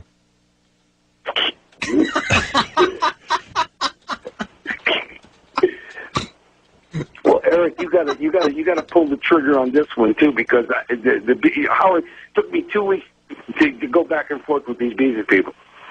2 weeks. Wow. All right. Well. Then after last night, I got completely paranoid after this thing with the Emmys. Well, let me see the contract. No, that's the picture. Oh, yeah, there it is. Here's what they want. There's Eric in the bee costume. Oh, that's so good. Oh, that's great. Yeah. I would pay to see that.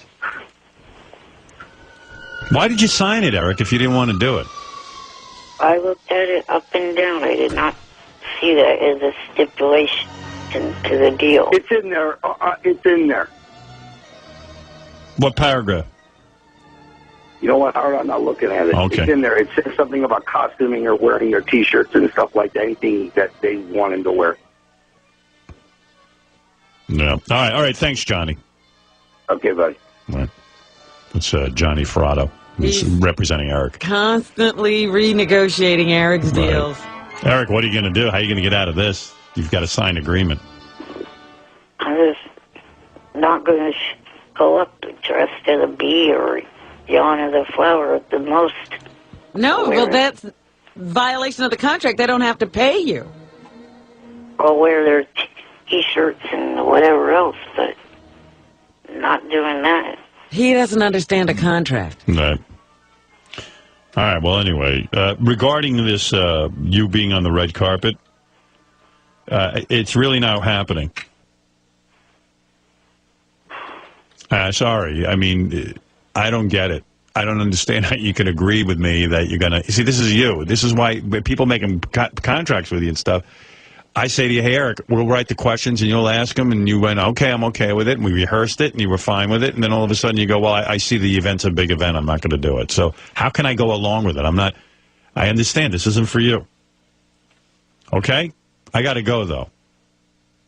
I wish you would... I'll agree to do your question. No, we can't trust I don't you. trust you. I know you'll get there and you won't do it. I know it, Eric. And that will make me crazy. You can't sabotage me like that. I'll put my dignity and respect for the actors aside for one day. No. We're looking for people going there with a good attitude. He's going there reluctantly. I know. Yeah, Eric, it's not for right, you. yeah. No, it's not for you. I'm making the decision. It's not good for you. It's not good for your acting career. You'll watch the Emmys at home. Right. All right, but thank you anyway. The only question I could think of that I'd ask off the top of my head is to Arnold, what do you think you screwed more, our state or your wife? All right. Well, that's very disrespectful. We wouldn't even ask you to do that. It's not even funny. All right, Eric, I got to go. Thank you, though. And good luck with Bezid and everything. Please reconsider the Emmy thing. No. Eric, it's not for you. You've got a horrible attitude. You don't want to do it. You're the one who said you wanted to do it, and then you took it back and you wrote that angry letter. I can't put you out there. It's too important to us. I wasn't thinking clearly.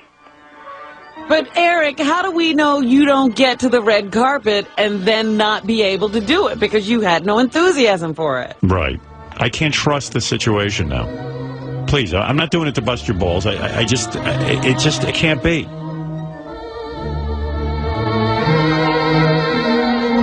I will do it. I'm sorry. We can't take that chance. Robin, am I really talking to you? No. Then shut up. But the answer's going to be the same in another voice. Yeah, Robin, I would be insane to go along with this, right? Absolutely. Well, wouldn't you be curious to see if we did send him if he actually followed through? You know he won't. He won't, Howard. Oh, come on. He'll sit there and just shake everybody's hand. Right. We'll have nothing. We'll Right. expend a We'll have lot of no money tape. for And nothing. Ask insanely stupid questions. Oh, boring. Will there be another Will and Grace reunion show?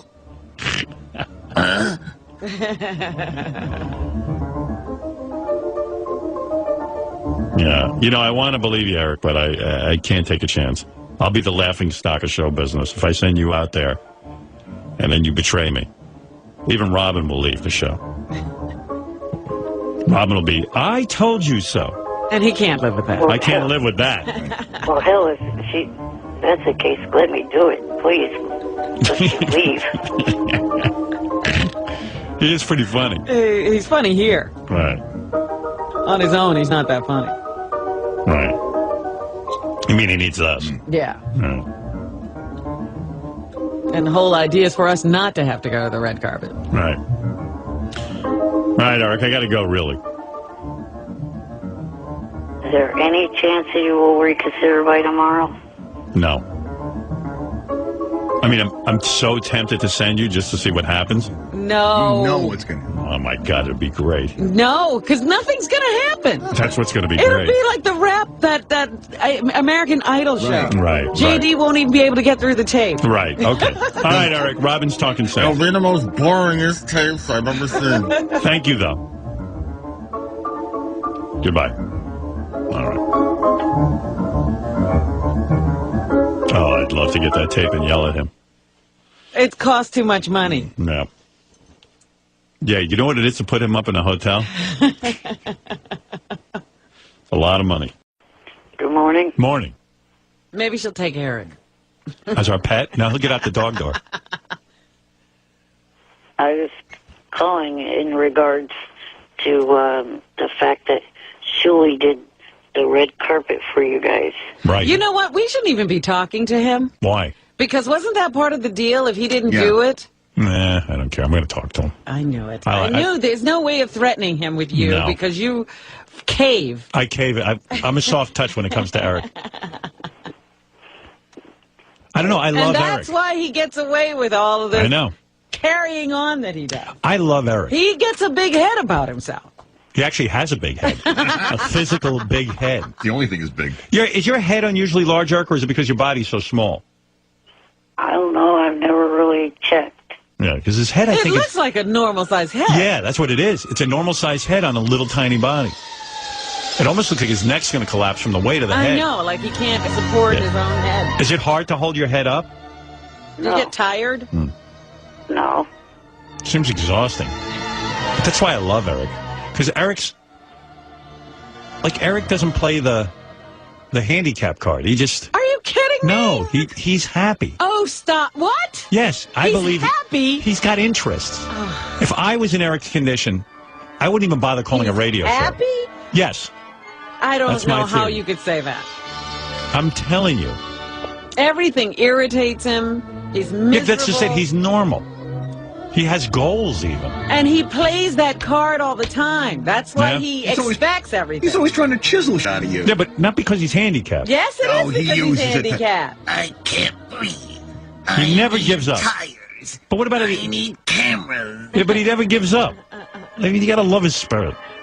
I'm that sorry. I admire about him. All right. But don't say all these other things. That's not true. He's not positive. Well, it's just he enjoys life. He embraces life. He doesn't. He does. He loves I'm his... sorry, I just can't agree with you. Like, he loves wrestling, and he loves, music. Kelly and, Clarkson. Yeah, and he loves girls. And, I would just be defeated. Eric's got a spirit about him. I don't think he can help loving girls. That's he looks- part of his anatomy. And he looks forward to the day he argues with people on the internet. I see he throws people off his tweet. I don't know. I would just be defeated. He's not. He's not defeated. He's ungrateful. So what? No, please. I'm not. Yes, you are. No, I'm not, Robin. Oh, please. The way you talk to Johnny, the way you treat people. It's funny. I'm not ungrateful. Anyway, Eric, what can I do for you? I just wanted to see if there would be any possibility of you guys giving me a chance for the VMA red carpet. All right, look. Have we got an invitation to that? Here's the deal. I can probably get him in. I mean, I would think so. Aren't I sort of considered part of the Video Music Awards family? As a matter of fact, yeah, I heard them promoting that, you had been Fart Man a week or two ago when they were reviewing the VMA. Aren't I part of that family? Yes. Exactly. Here we go again with Eric on the Well, red he'll carpet. never do it. We'll Right. go through all of this, and he still won't do it, and we'll get Shuli's crappy interview. Yeah, we'll get interviews from Eric. You also don't know what you said yesterday, that I would have been a pain in the ass because you never gave me the opportunity to actually do it. I was not going to be a pain in the ass. Well, You were a pain in the ass even trying to get you to agree to it. Yeah, Eric, here's the bottom line. I believe if we send you to the VMAs, you're never going to ask our questions. And so it would be worthless tape for me. You don't know that. I'm pretty sure. Although I did have a hard time getting Shuli to ask our Yeah, questions. he didn't even ask the question. He apparently didn't really get the... Why does that say something? I don't know. I don't know who I can rely on for this, but I don't know. Eric, let me go think about it and stuff. It's a ways off, isn't it? The 12th of that, the 12th of this month. Oh, it is? Oh, I better. Okay, let me find out first if I can get a pass, and then I'll discuss it with you, okay? All right. All right, bye-bye. I don't want to get into a whole long thing with Eric. People send me mail. They're canceling their subscription if they hear Eric one more time. Well, you know what's funny? Didn't this all start with the other thing because he asked to do it? Yeah, exactly. It's like cancer.